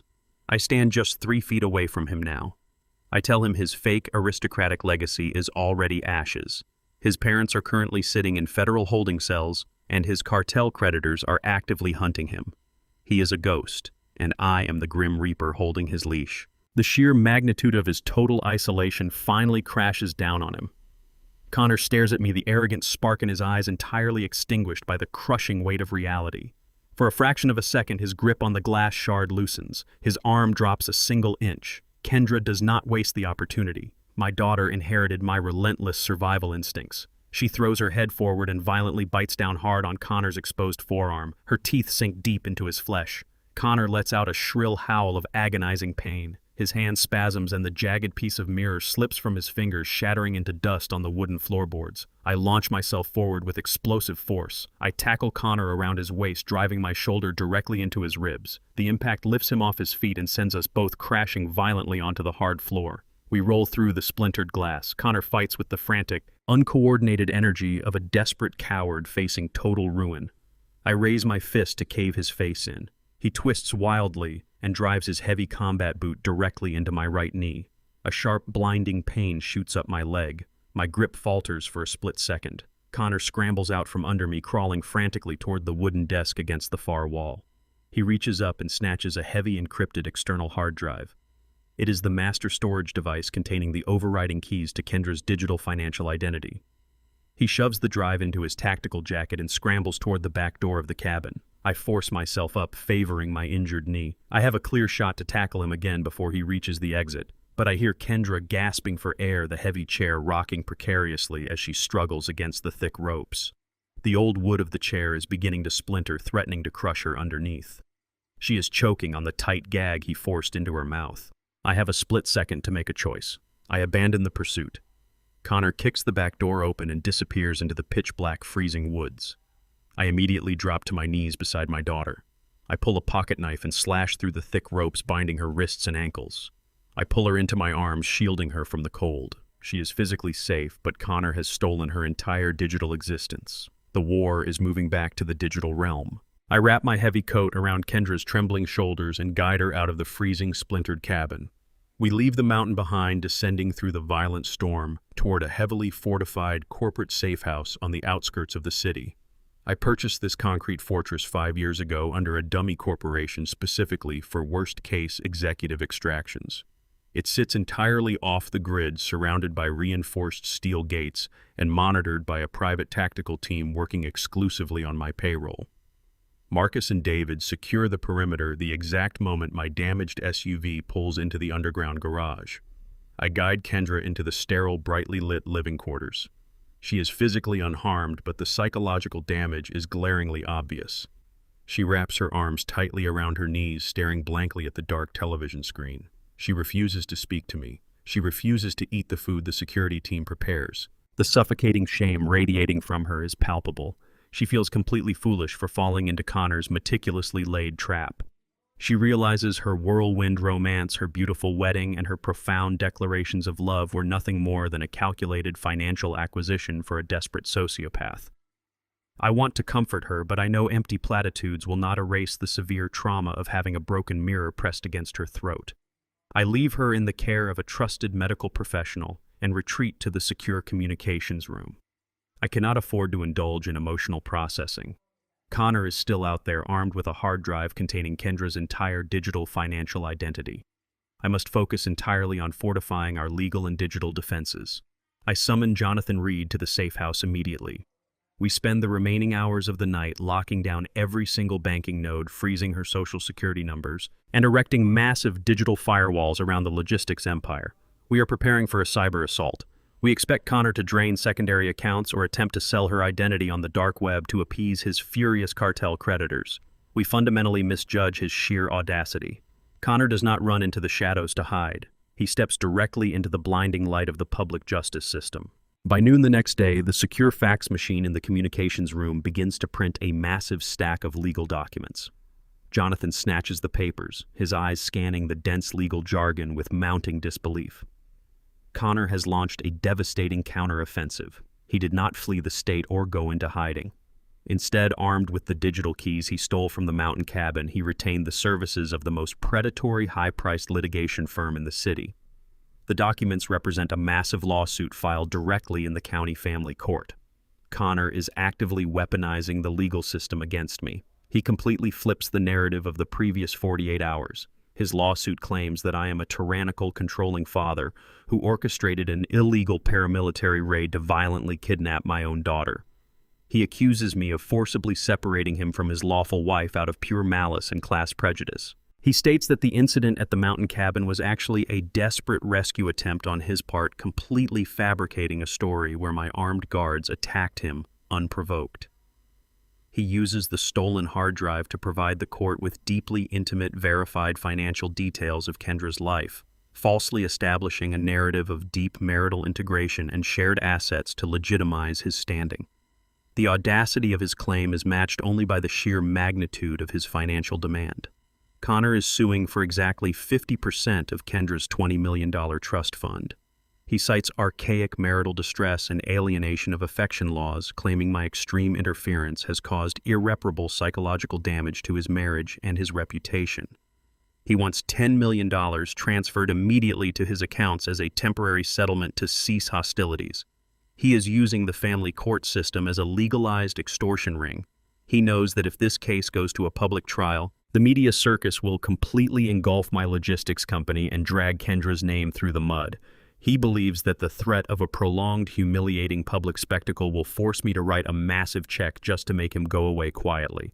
He is banking on my innate desire to protect Kendra's privacy to fund his escape from the cartel. He assumes I will choose the quiet humiliation of a settlement over the brutal exposure of a courtroom. Jonathan paces the length of the secure room, his face incredibly grim as he cross-references the filed documents with local judicial dockets on his tablet. He stops abruptly and looks at me with a profound sense of dread. He delivers a catastrophic piece of intelligence. The family court judge assigned to preside over Connor's lawsuit is not a random administrative draw. It is Judge Harrison Vance. Jonathan lays out the deeply unsettling reality of our local justice system. Judge Vance is a highly corrupt former business associate of William Cole. 2 decades ago, Vance provided the critical legal loopholes that allowed the Cole family to establish their massive real estate Ponzi scheme and avoid federal oversight. In exchange, the Coles heavily funded Vance's judicial campaigns and secured his permanent seat on the bench. Connor did not just file a blind lawsuit, he activated a loyal sleeper agent. The entire legal system is actively rigged against us from the very first gavel strike. Before I can fully process the depth of this systemic corruption, the heavy steel door to the communications room opens. Kendra stands in the doorway. She has heard every single word of Jonathan's briefing. Her face is pale, her eyes hollow from exhaustion and pure terror. She walks slowly toward my desk and places her trembling hands on the polished wood. She begs me to surrender. She pleads with me to just give Connor the $10 million so we can finally be free of this waking nightmare. She cries that the money is not worth our lives, not worth the constant threat of cartel assassins, and certainly not worth dragging our family trauma through a corrupt public courtroom where the judge has already decided our guilt. She is completely broken, willing to reward her abuser just to buy a brief moment of peace. I look at my daughter, seeing the profound damage Connor has inflicted on her spirit. I slowly stand up from my leather chair. I raise my right hand and slam my fist violently onto the heavy desk. The sound echoes like a gunshot through the concrete room. I look Kendra directly in the eye and deliver my final uncompromising verdict. I absolutely refuse to pay off a parasite. I will not fund a coward's escape, and I will never surrender a single dime to a rigged system. I tell Jonathan to prepare the litigation team immediately. We are not settling. We are going to court, and we are going to dismantle the entire corrupt foundation of this city. The heavy oak doors of the county courthouse swing open violently. A blinding wave of camera flashes illuminates the chaotic hallway, fighting against the gray gloom of the relentless morning rain. The media circus Connor so desperately wanted is in full, deafening operation. Dozens of aggressive journalists press against the wooden barricades, shouting frantic questions as my private security detail clears a narrow path to the double doors of courtroom 4B. Inside, the air is thick with palpable anticipation and the stifling heat of a packed gallery. Every wooden bench is filled with spectators hungry for a high society scandal. I take my seat at the defense table next to Jonathan Reed. Across the center aisle, Connor sits beside his high-priced litigator, a theatrical shark named Sterling. Judge Harrison Vance presides from the elevated bench with a smug, authoritative posture, his allegiance already bought and paid for. He slams his heavy wooden gavel, and the trial immediately commences. Sterling approaches the jury box for his opening statement. He does not deliver a standard legal argument based on factual evidence. He delivers a masterclass in psychological manipulation. He paces slowly across the polished floor, lowering his voice to a sympathetic whisper as he paints a heartbreaking, entirely fabricated picture. He describes Connor as an earnest, hard-working, innocent white man who simply fell in love with a wealthy heiress. He then pivots sharply, pointing an accusing finger directly at my chest. Sterling raises his voice to a righteous, trembling roar. He tells the jury that I am a vengeful, manipulative black billionaire who refuses to let go of his adult daughter. He leans heavily into toxic class and racial dynamics, portraying me as an untouchable tyrant who operates entirely above the law of civil society.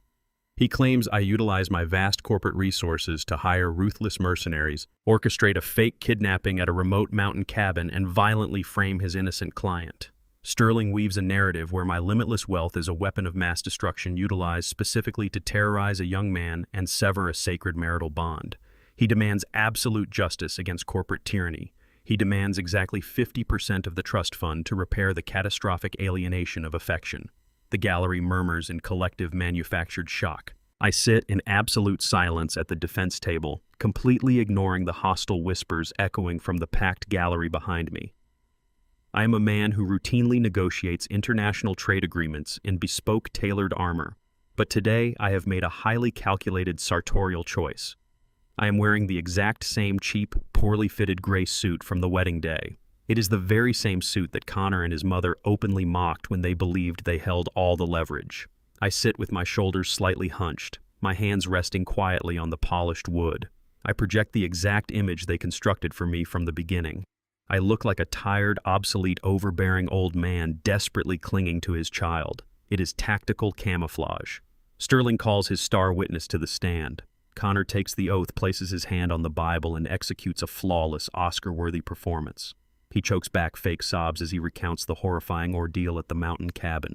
He lies with absolute sociopathic conviction, claiming he was holding Kendra tightly, only to protect her from my aggressive armed thugs who kicked down the wooden door. He buries his face in his hands, his shoulders shaking violently as he describes the supposed emotional agony of being ripped away from his soulmate by a team of faceless mercenaries.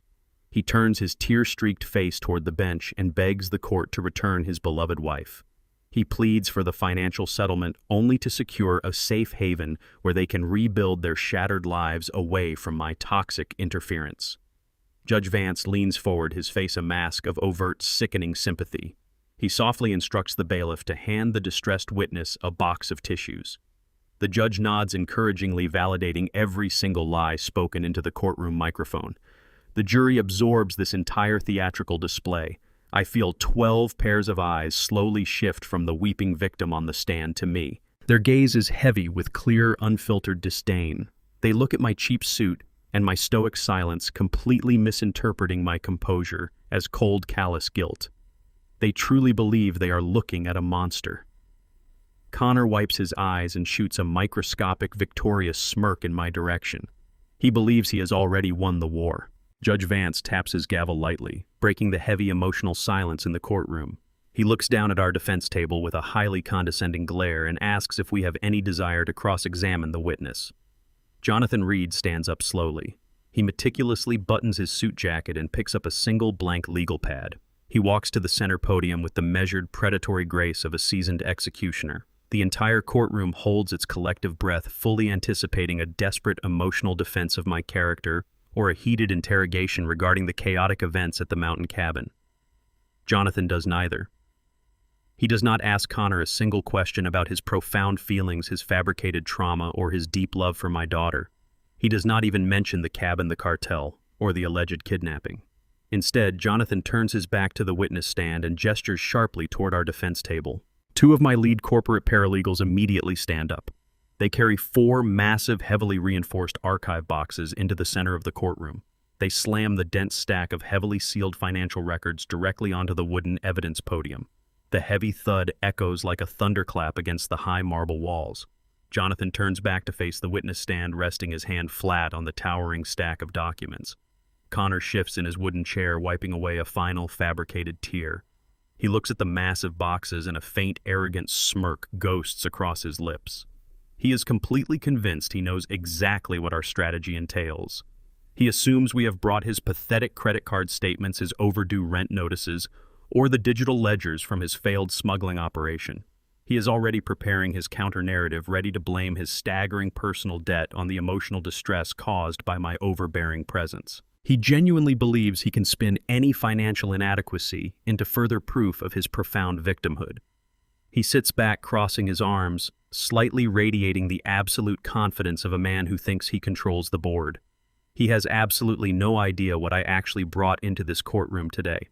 He does not realize that Jonathan is not holding his financial records. Jonathan is holding the complete, unredacted corporate history of the Cole family's darkest sins. The trap is locked.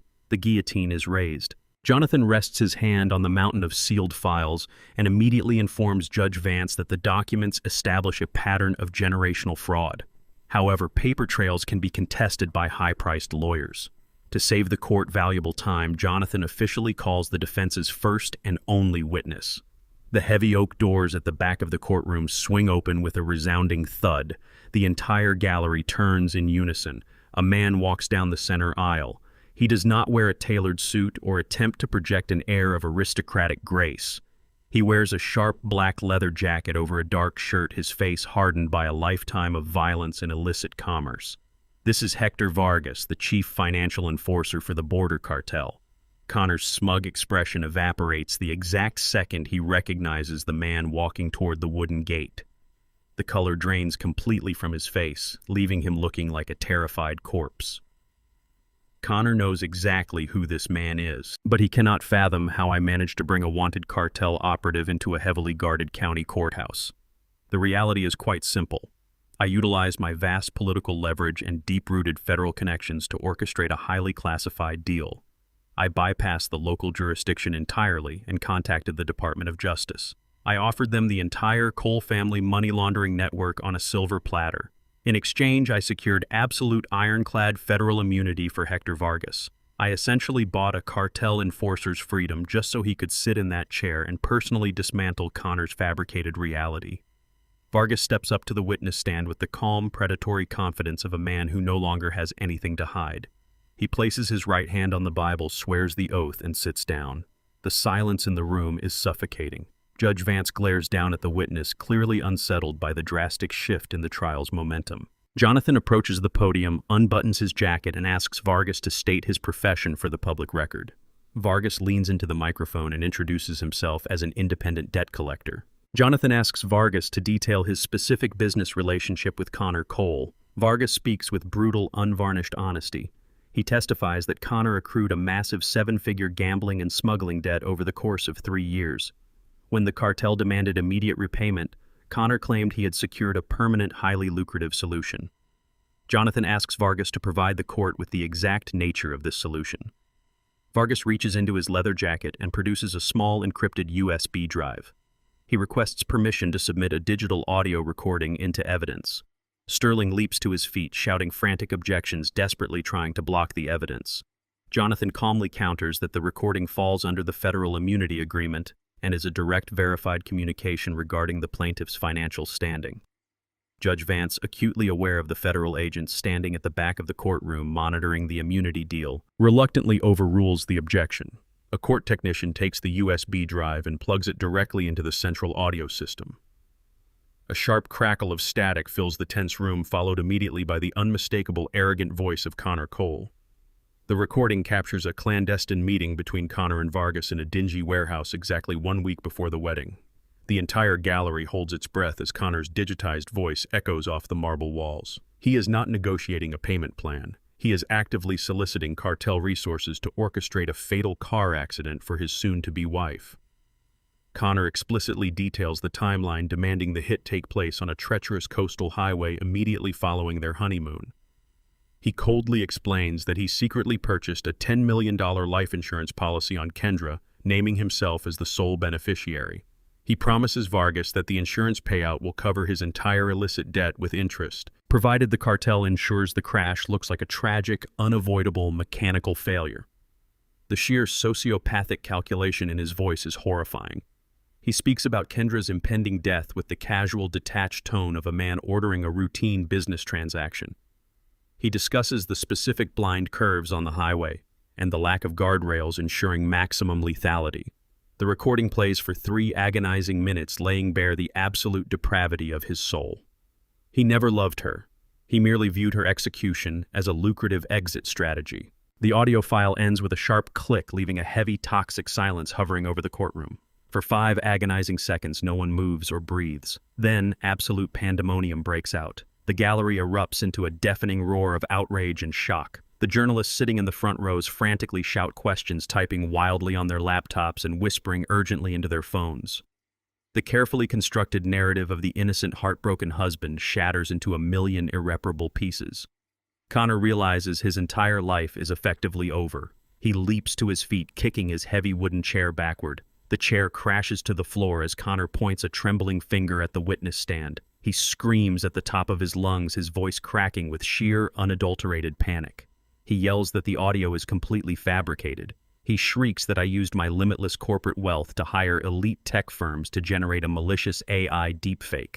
He desperately attempts to convince the jury that the recording is a digital manipulation designed to frame him for a conspiracy he never committed. He turns wildly toward the jury box, begging them not to believe the lies of a cartel thug. His high-priced lawyer, Sterling, aggressively backs away from the defense table, immediately recognizing that his client has just crossed the line from civil litigation into a premeditated federal murder conspiracy. Judge Vance's face turns a shade of deep, furious red. He realizes the federal agents in the room are now watching him just as closely as they are watching Connor. He grabs his heavy wooden gavel and bangs it violently against the sounding block, striking the wood with such force that the sharp cracks echo like gunfire over the screaming gallery.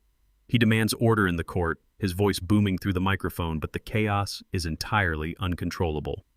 Connor continues to scream, spit flying from his lips as he aggressively lunges toward the center aisle. The judge roars in immediate command. 4 heavily armed court officers rush past the wooden barricade. They move with swift, tactical precision, quickly surrounding Connor's table. They grab his arms, forcibly restraining him as he thrashes and kicks like a cornered animal. The trap has snapped shut and there is no escape. Jonathan Reed does not wait for the screaming gallery to quiet down. He ignores the violent struggle at the plaintiff's table entirely. He turns back to the bench, his voice cutting through the chaotic roar of the courtroom with surgical precision. He informs Judge Vance that the audio recording is merely the prologue to the prosecution's evidence. He reaches into the 4th archive box and extracts a thick stack of certified state records. He hands the documents directly to the court clerk, demanding they be entered into the public record immediately. The documents represent the definitive legal death of Connor Cole. Jonathan explains that he conducted a microscopic forensic audit of every single contract, wire transfer, and power of attorney document Connor submitted to the court. Connor had forced Kendra to sign away her digital financial identity using a private notary public to authenticate the extortion. Jonathan loudly declares that the specific notary whose signature and official seal appear on every single piece of Connor's documentation was permanently disbarred 5 years ago.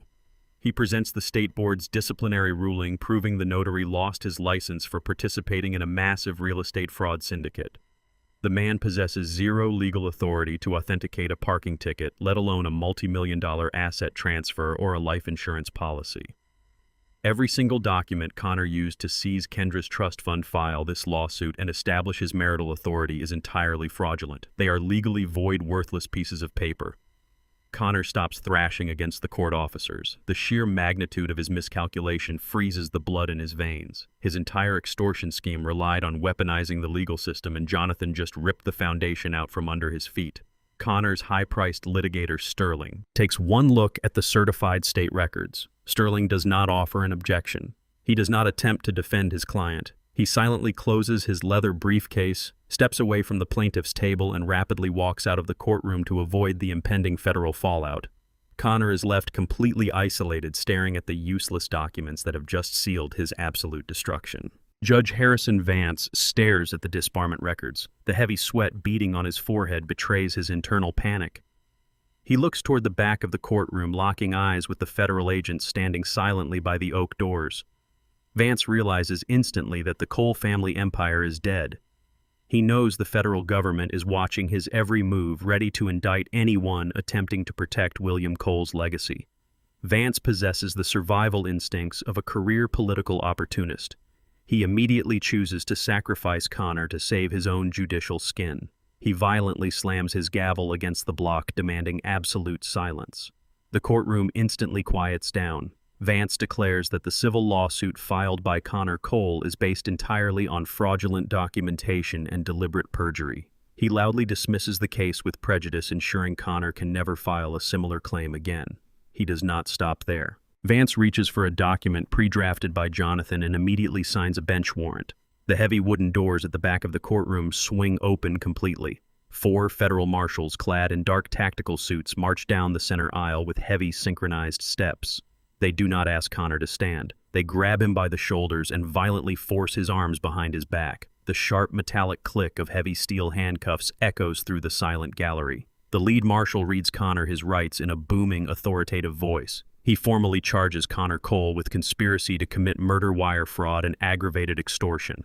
The blinding flashes of the press cameras capture every single second of his spectacular downfall. Connor is stripped of his tailored suit, his fake aristocratic charm, and his arrogant leverage. He is reduced to a handcuffed criminal standing in the center of a public courtroom, his entire life permanently dismantled by the very man he thought he could easily manipulate.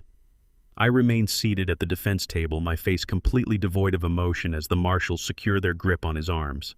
The federal marshals violently drag Connor away from the plaintiff's table. He struggles against their iron grip, his expensive leather shoes sliding uselessly across the polished floor. As they force him toward the exit, the reality of his permanent incarceration shatters his fragile mind. He twists his head back, locking his bloodshot eyes on me. He screams a barrage of vile curses, his voice echoing off the high ceiling. He shrieks that my money isolates me from the real world. He swears that my limitless wealth is a curse, promising that I will die completely alone in a fortress of my own making. He spits venomous threats, claiming my empire will ultimately consume everything I love. I do not flinch. I do not offer a single word of rebuttal. I look at him with a dead cold stare, watching the marshals drag him through the heavy oak doors and out of my life forever. The courtroom slowly begins to empty as the journalists rush out to file their breaking reports. I stand up from the defense table and turn toward the gallery. I look for my daughter, expecting to see relief washing over her face. I anticipate a moment of profound reconciliation, a shared acknowledgement that the nightmare is finally over. Instead, I find Kendra standing completely rigid near the wooden barricades. She refuses to meet my eyes. Her face is a mask of pure devastation. She does not feel victorious. She feels deeply, inescapably humiliated. The trial publicly exposed the darkest, most intimate details of her failed marriage. It revealed that her husband never loved her and actively plotted her murder. But more than that, she finally comprehends the sheer magnitude of my hidden power. She realizes that my secret wealth and ruthless corporate warfare turned her into a high-value target. She blames my secretive nature for attracting a predator like Connor into her life. She turns her back to me. She does not utter a single word of gratitude. She pulls her coat tightly around her shoulders and walks slowly out of the courtroom, leaving me standing completely alone in the silent, empty chamber. The immediate threat is neutralized, but the war for my daughter's heart has just begun. The federal justice system moves with terrifying mechanical speed when motivated by ironclad evidence and massive public scrutiny. Connor's preliminary hearing is a mere procedural formality. The presiding federal magistrate takes one singular look at the mountain of sealed indictments, the verified wire fraud evidence, and the undeniable recorded assassination plots before denying bail entirely. Connor is immediately stripped of his tailored designer suits, his fake aristocratic charm, and his arrogant leverage. He is remanded to a federal maximum security penitentiary to await his official trial. He will spend his days locked inside a bleak concrete cell, entirely isolated from the luxury he felt entitled to, and surrounded by the very criminals he once thought he could manipulate. The dominoes continue to fall rapidly across the city. The federal prosecutors eagerly pivot their full attention to the actual architects of the Cole family Ponzi scheme. William and Patricia Cole attempt to mount a vigorous legal defense, but Mitchell Thorne's meticulous forensic accounting leaves them absolutely nowhere to hide.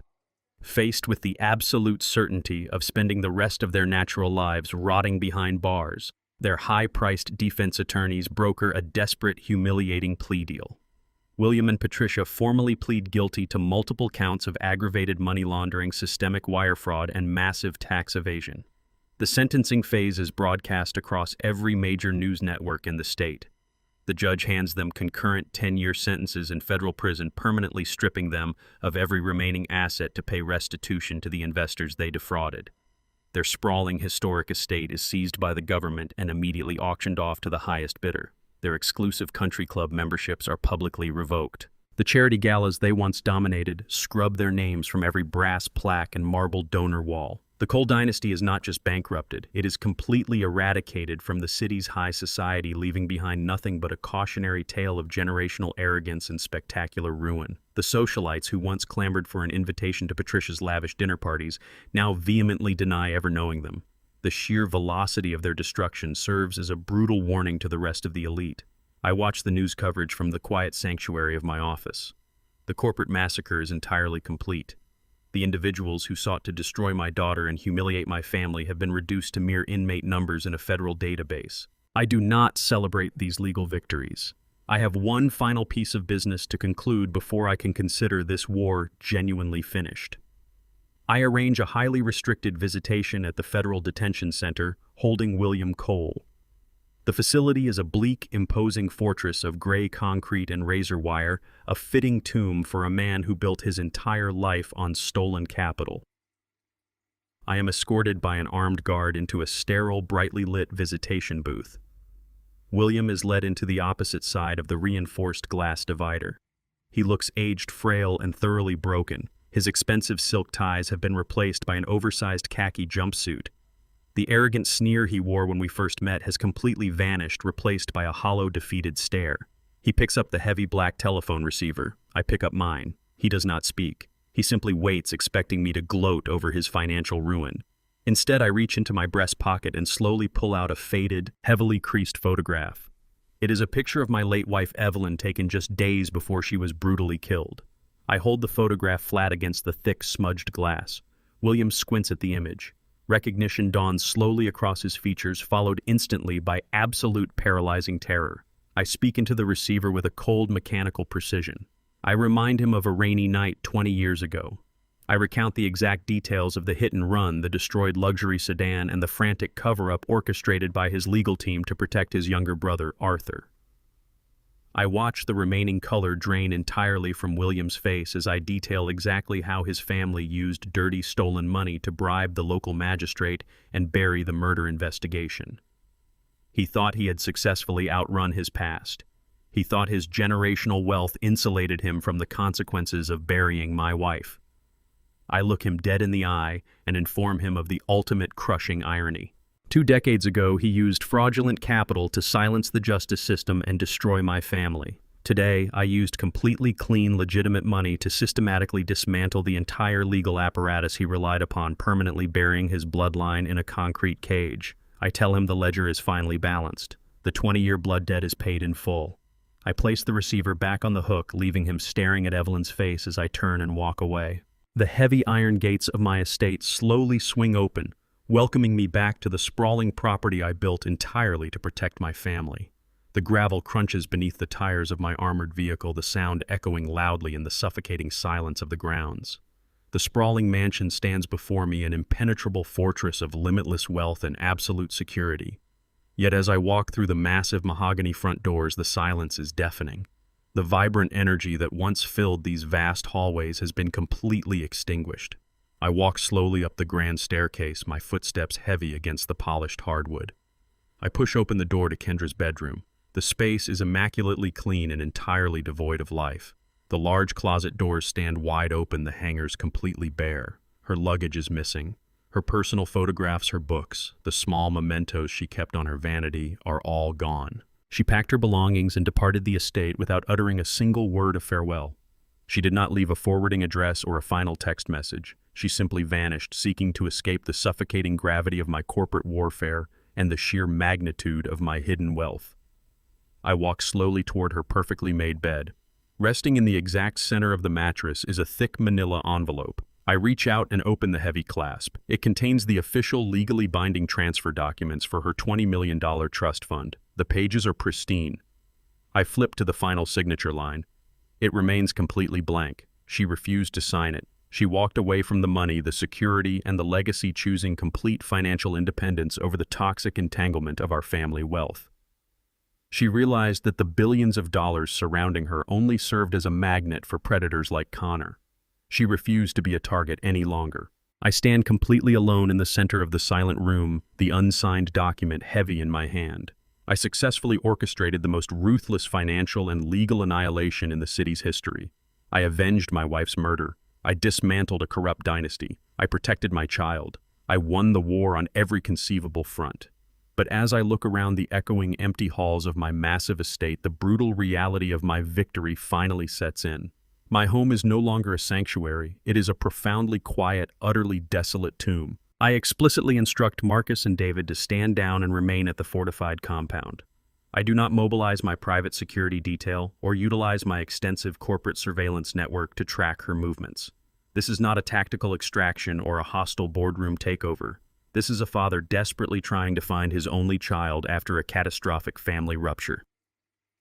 I trade my bespoke executive suit for a simple pair of denim jeans and a faded canvas jacket.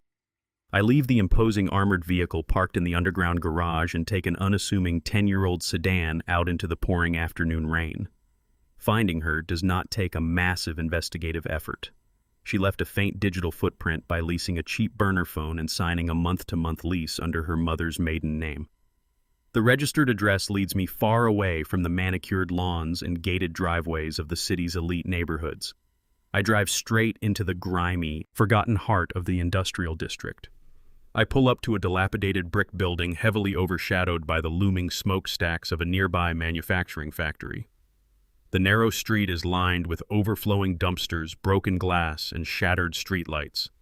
I walk through the broken front doors and climb 3 flights of steep, uneven concrete stairs. The air inside the dark corridor smells aggressively of damp rot, cheap cigarettes, and old rust. I stop in front of a badly scuffed wooden door marked with a tarnished metal number 4. I am not carrying a heavy briefcase full of legal documents or a thick binder of corporate assets. I hold a simple, plain white cardboard bakery box. Inside the box is a fresh batch of oatmeal and cinnamon cookies. I spent the entire morning in my massive kitchen, baking them myself, meticulously following the exact handwritten recipe my late wife Evelyn used to make for Kendra when she was just a little girl seeking comfort. I take a deep breath to steady my racing heart. I raise my right hand and knock firmly on the peeling wood. The heavy brass deadbolt clicks loudly and the door slowly creaks open. Kendra stands in the narrow doorway, gripping the edge of the frame. She looks utterly exhausted and spiritually drained. Her eyes are heavily shadowed with dark circles, and she wears a faded, oversized gray sweater that hangs loosely from her shoulders. She looks nervously past my shoulder, checking the stairwell to see if I brought my tactical security team before finally meeting my eyes.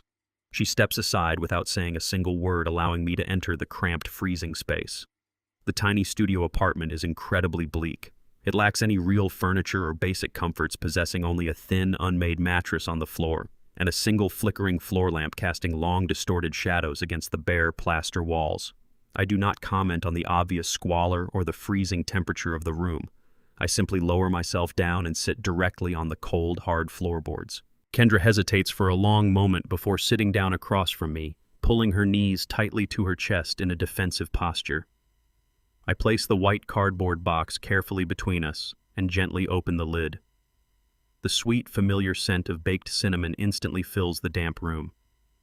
I look directly at my daughter and finally deliver the unvarnished, complete truth she has been owed her entire life. I explain that my sprawling logistics empire was not inherited from generational wealth or privileged connections. I tell her the gritty story of my very first business asset, a single violently rusted delivery truck with a failing transmission.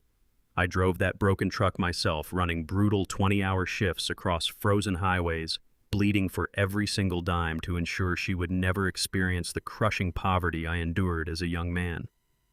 As the small company expanded and the millions inevitably turned into billions, I witnessed exactly what extreme wealth does to people. I saw massive fortunes completely destroy families, attract relentless parasites, and replace genuine affection with calculated, ruthless greed.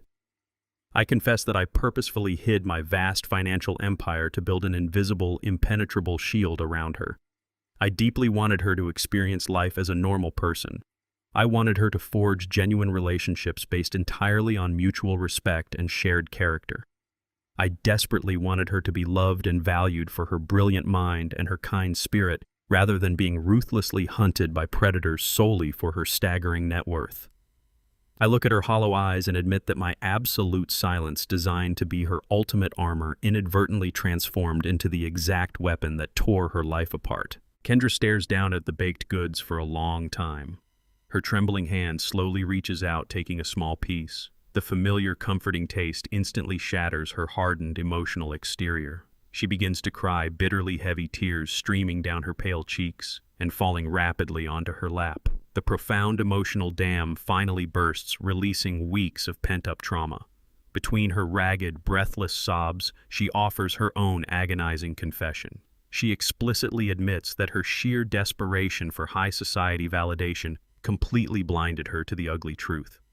She was so incredibly eager to fit into a glamorous world of exclusive country clubs, elite charity galas, and polished aristocrats that she actively ignored Connor's glaring, undeniable red flags. She confesses that the whirlwind romance and the extravagant wedding were merely a desperate fantasy she constructed to mask her own deep-seated insecurities and profound fear of rejection. She wanted the perfect, affluent life so badly that she willingly handed a vicious predator the keys to her heart and her future. She looks at me with genuine sorrow and tearfully accepts my apology.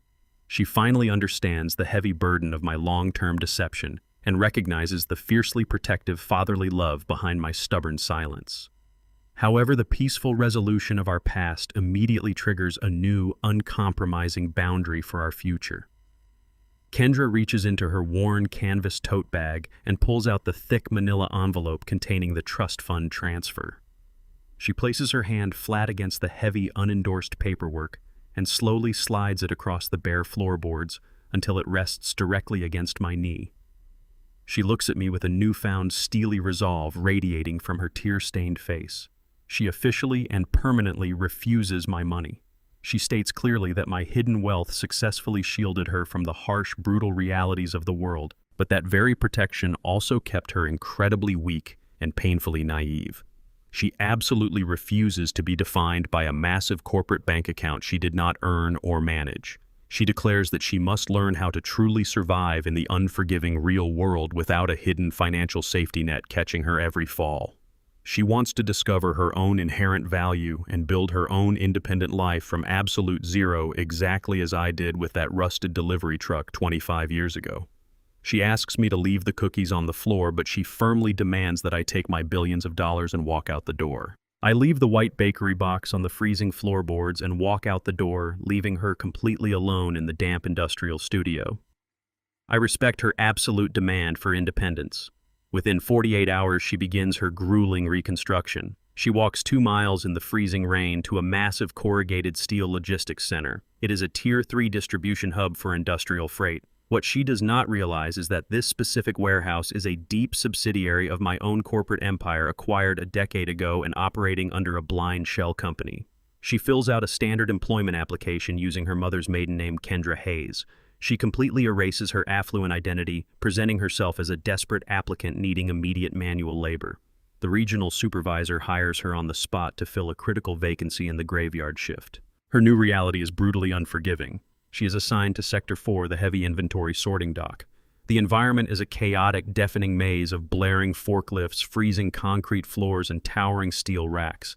She trades her tailored designer dresses for a coarse neon safety vest, steel-toed boots, and heavy canvas gloves. Her primary task requires lifting 40-pound crates of automotive components off the main conveyor belt and stacking them onto wooden shipping pallets. The physical shock to her system is immediate and severe. During her very first 12-hour shift, the abrasive canvas rubs her soft, manicured hands raw. Deep, agonizing blisters form across her palms, popping and bleeding into the fabric of her gloves. Her lower back screams in constant agony from the repetitive, punishing labor. She does not complain. She does not ask the shift supervisor for an extended break. She tapes her bleeding hands with industrial masking tape and returns directly to the conveyor belt. She eats cheap, instant noodles in the break room while her muscles spasm violently. The sheer exhaustion strips away every lingering trace of her former high society vanity. She is no longer the pampered heiress trying to buy affection from sociopaths to mask her insecurities. She is a nameless worker earning minimum wage, discovering exactly how much physical agony is required to simply keep a roof over her head and food in her stomach. I do not intervene in her grueling routine, but I absolutely refuse to look away. I sit in the dark, climate-controlled sanctuary of my central communications room, staring intently at the glowing wall of high-definition surveillance monitors. My chief of private security routes the live video feed from Sector 4 directly to my primary screen. I watch my daughter endure the brutal reality of the logistics industry. I watch the grainy footage as she struggles to lift a massive, unbalanced crate of iron gears. Her knees buckle under the sudden weight and she collapses hard onto the unforgiving concrete floor. The heavy wooden crate crashes down mere inches from her steel-toed boots. A few veteran dock workers pause to stare, fully expecting the new girl to break down in tears and quit on the spot. Kendra does not cry. She remains on the floor for exactly 5 seconds, staring at her taped, bleeding hands. Then she wipes the heavy sweat from her forehead, places her hands flat against the cold concrete, and forces herself back onto her feet. She grips the corners of the heavy crate, utilizes the leverage of her legs, and successfully heaves it onto the wooden pallet. Seeing that specific stubborn movement sends a profound shockwave through my chest. I recognize that exact posture immediately. It is the very same relentless, uncompromising drive that fueled my own survival 40 years ago.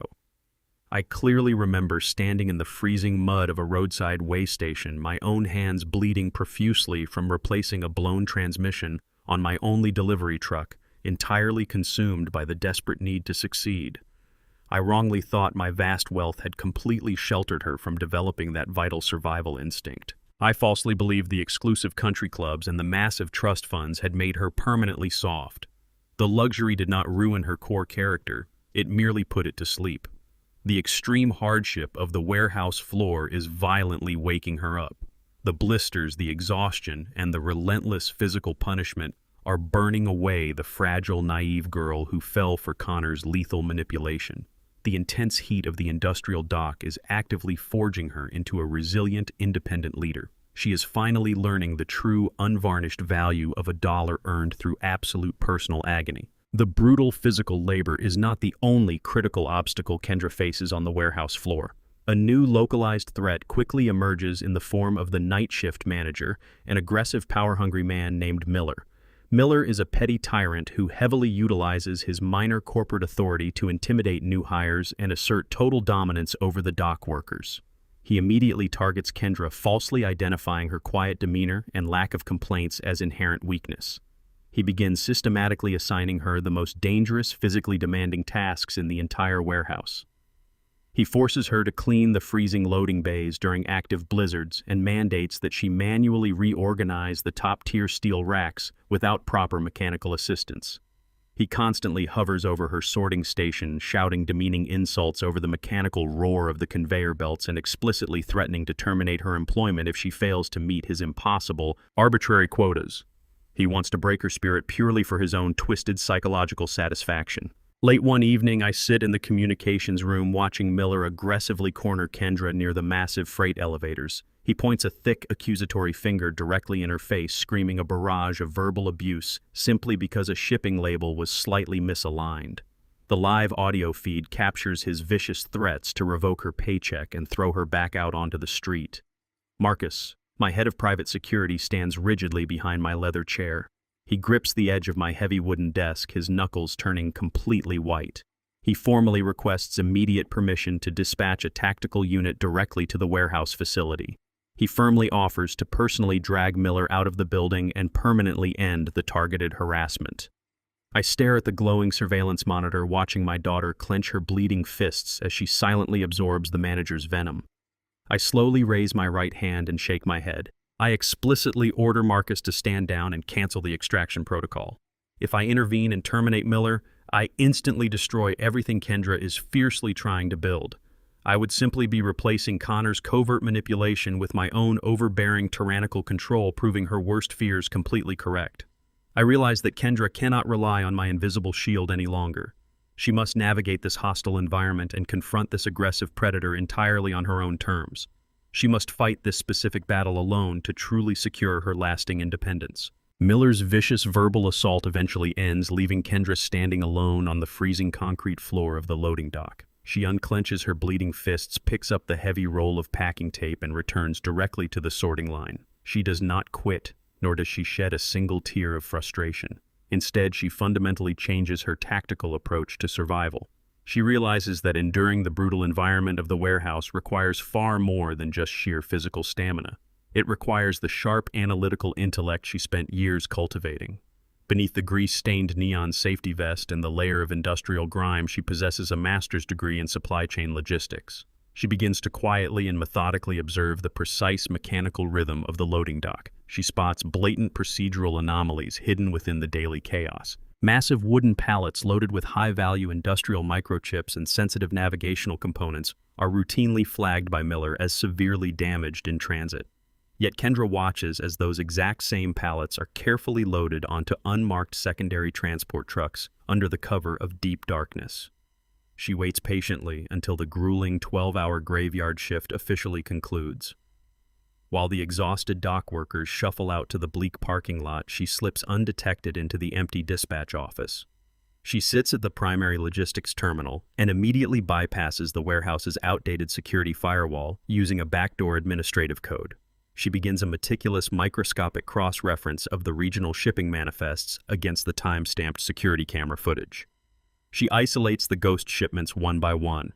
She tracks the manipulated inventory codes directly through a maze of false invoices, specifically referencing the internal logistics ledger named Kichban Ongdaden2 _22.docx to secure a definitive paper trail. She traces the stolen assets to an external shell company registered directly under Miller's personal bank account. She compiles the undeniable digital footprint into a highly encrypted bulletproof dossier. She does not confront the corrupt floor manager with her findings. She knows a direct confrontation on the isolated warehouse floor will only result in her immediate termination and the permanent destruction of the evidence. She chooses to weaponize the corporate hierarchy against him. She routes the encrypted file through a randomized proxy server, submitting the anonymous dossier directly to the highest echelon of the corporate headquarters. The heavily encrypted file triggers an immediate red alert on my private executive server. I open the digital document and instantly recognize the underlying structural formatting. It mirrors the exact analytical framework I taught her when she was an inquisitive teenager, a method officially archived in our corporate system as Kichban Ongdaden Mao 1 _22.docx. I act immediately. I convene an emergency meeting of the executive board on the top floor of the downtown corporate headquarters. I dispatch a heavily armed corporate security team to the industrial district with strict, uncompromising orders to retrieve the floor manager Miller and the entry-level freight sorter Kendra Hayes. 1 hour later, the heavy mahogany doors of the pristine boardroom swing open. Miller struts into the room exuding unearned confidence and arrogant swagger. He foolishly assumes he is being summoned to the top floor to receive a lucrative financial promotion for his ruthless warehouse efficiency metrics. Kendra walks into the room directly behind him. She wears her grease-stained cargo pants, her heavily scuffed steel-toed boots, and her faded neon safety vest. The impeccably dressed board executives stare in absolute paralyzed shock at the industrial grime tracking across the imported luxury carpet. I do not look at her dirty attire or the physical toll the labor has taken on her body. I look directly into her eyes. They are sharp, cold, and entirely unafraid. I press a silver button on my control console, projecting Kendra's meticulous dossier onto the massive digital screen spanning the entire back wall. I read the detailed financial summary aloud, exposing Miller's extensive embezzlement ring dollar for dollar to the entire room. I watch his smug, tyrannical arrogance shatter into pure, suffocating panic. He stammers wildly, his face turning a sickly shade of pale gray as he desperately tries to formulate a defense against the undeniable digital proof. He attempts to shift the blame, wildly accusing the new hire of manipulating the system. I do not let him speak another word. I terminate his employment instantly. I nod to my head of security. 2 armed guards grab Miller by the arms and drag him out of the boardroom to hand him over to the federal authorities waiting in the marble lobby. The heavy doors click shut, sealing the permanent fate of the corrupt manager. I dismiss the bewildered executive board with a single sharp gesture. The executives file out of the room in rapid, uncomfortable silence, leaving Kendra and me completely alone. The vast, sterile silence of the corporate boardroom isolates us from the chaotic world outside. Kendra stands firmly at the opposite end of the long mahogany table. She does not look like the terrified, broken girl who begged me to surrender to a cartel extortionist just a few weeks ago. She looks like a seasoned, battle-hardened veteran of the trenches. I walk slowly around the edge of the polished table and stop a few feet away from her. We study each other in the quiet room. I see the thick industrial tape wrapped tightly around her raw, blistered palms. I see the dark machinery grease smeared across her cheek and the profound physical exhaustion settling deep into her shoulders. She looks back and sees the absolute, unfiltered pride radiating from my face. The suffocating resentment that actively poisoned our relationship has completely evaporated. The bitter humiliation of her failed marriage, the trauma of Connor's betrayal, and the heavy burden of my hidden wealth no longer stand between us as insurmountable barriers. They have been replaced by a profound, unbreakable mutual respect. She fought her own brutal battle in the unforgiving darkness of the warehouse. She conquered an aggressive, manipulative predator entirely on her own terms. She proved her undeniable worth to herself without relying on a single dime of my money or a shred of my corporate influence. Wealth did not ruin her core identity. Hardships successfully forged her into a true leader. I reach out and offer my right hand. I do not offer it as a wealthy benefactor attempting to shelter a fragile dependent child. I offer it as a chief executive formally welcoming a formidable, undeniable equal to the table. Kendra steps forward and takes my hand without hesitation. Her grip is rough, heavily calloused, and incredibly firm.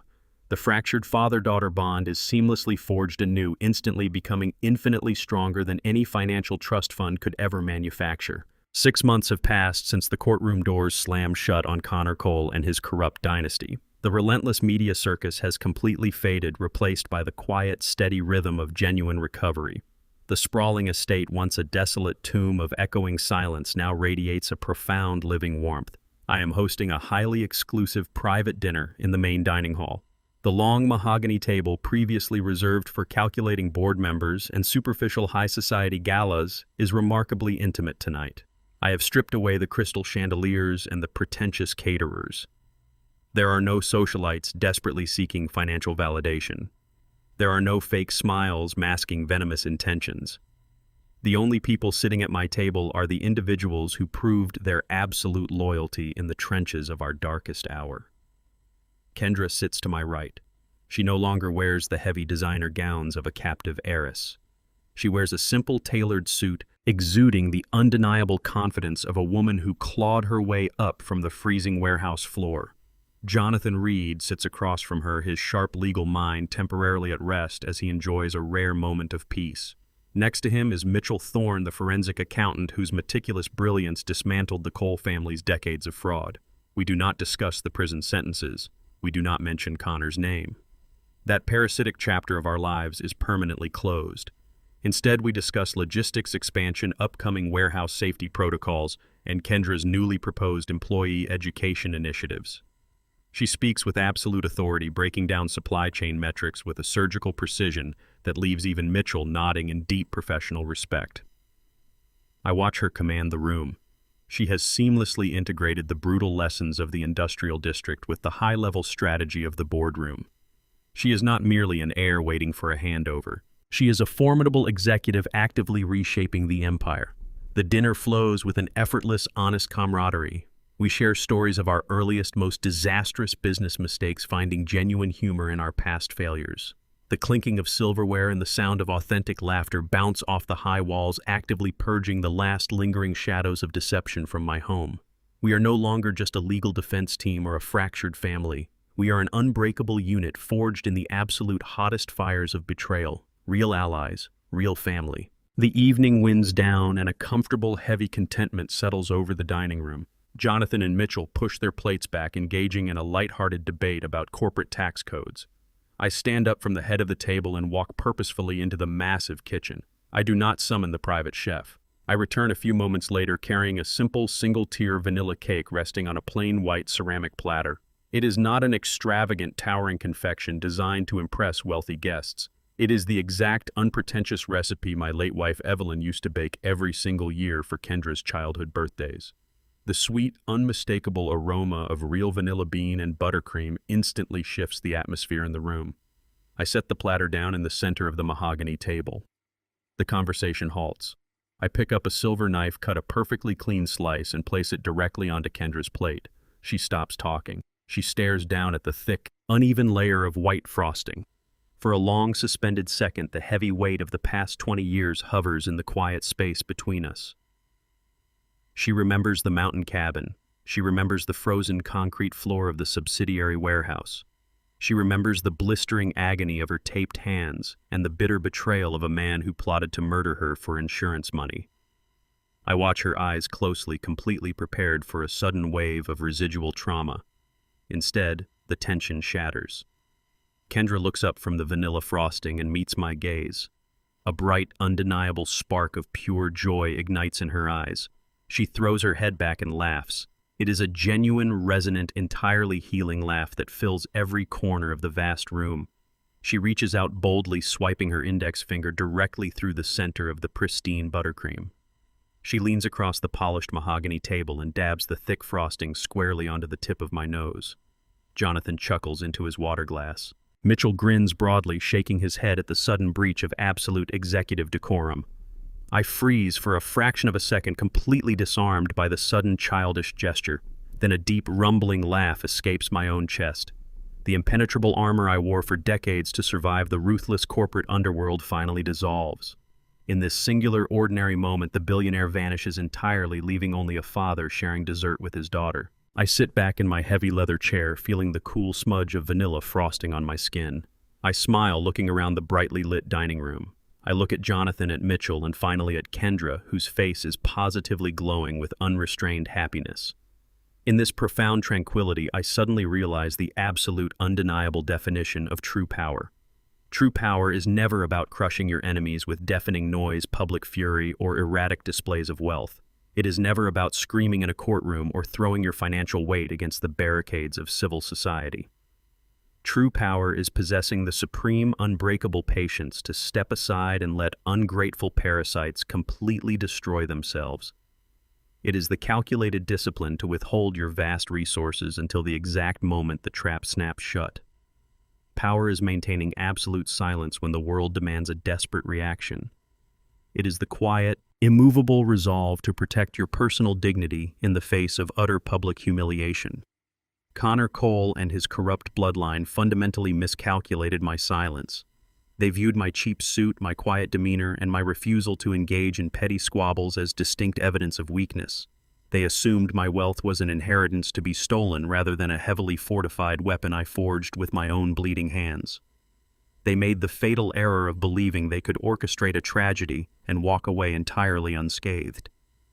Those who mistake strategic silence for vulnerability will always pay the ultimate devastating price. I slowly reach for my linen napkin and wipe the sweet buttercream frosting from my nose. The crippling isolation that once defined my existence is completely gone.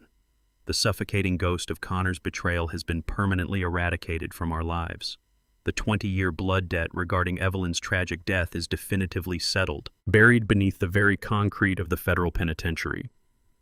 I look at my daughter, confident, resilient, and fiercely independent. She survived the absolute worst of human nature and emerged fundamentally unbreakable.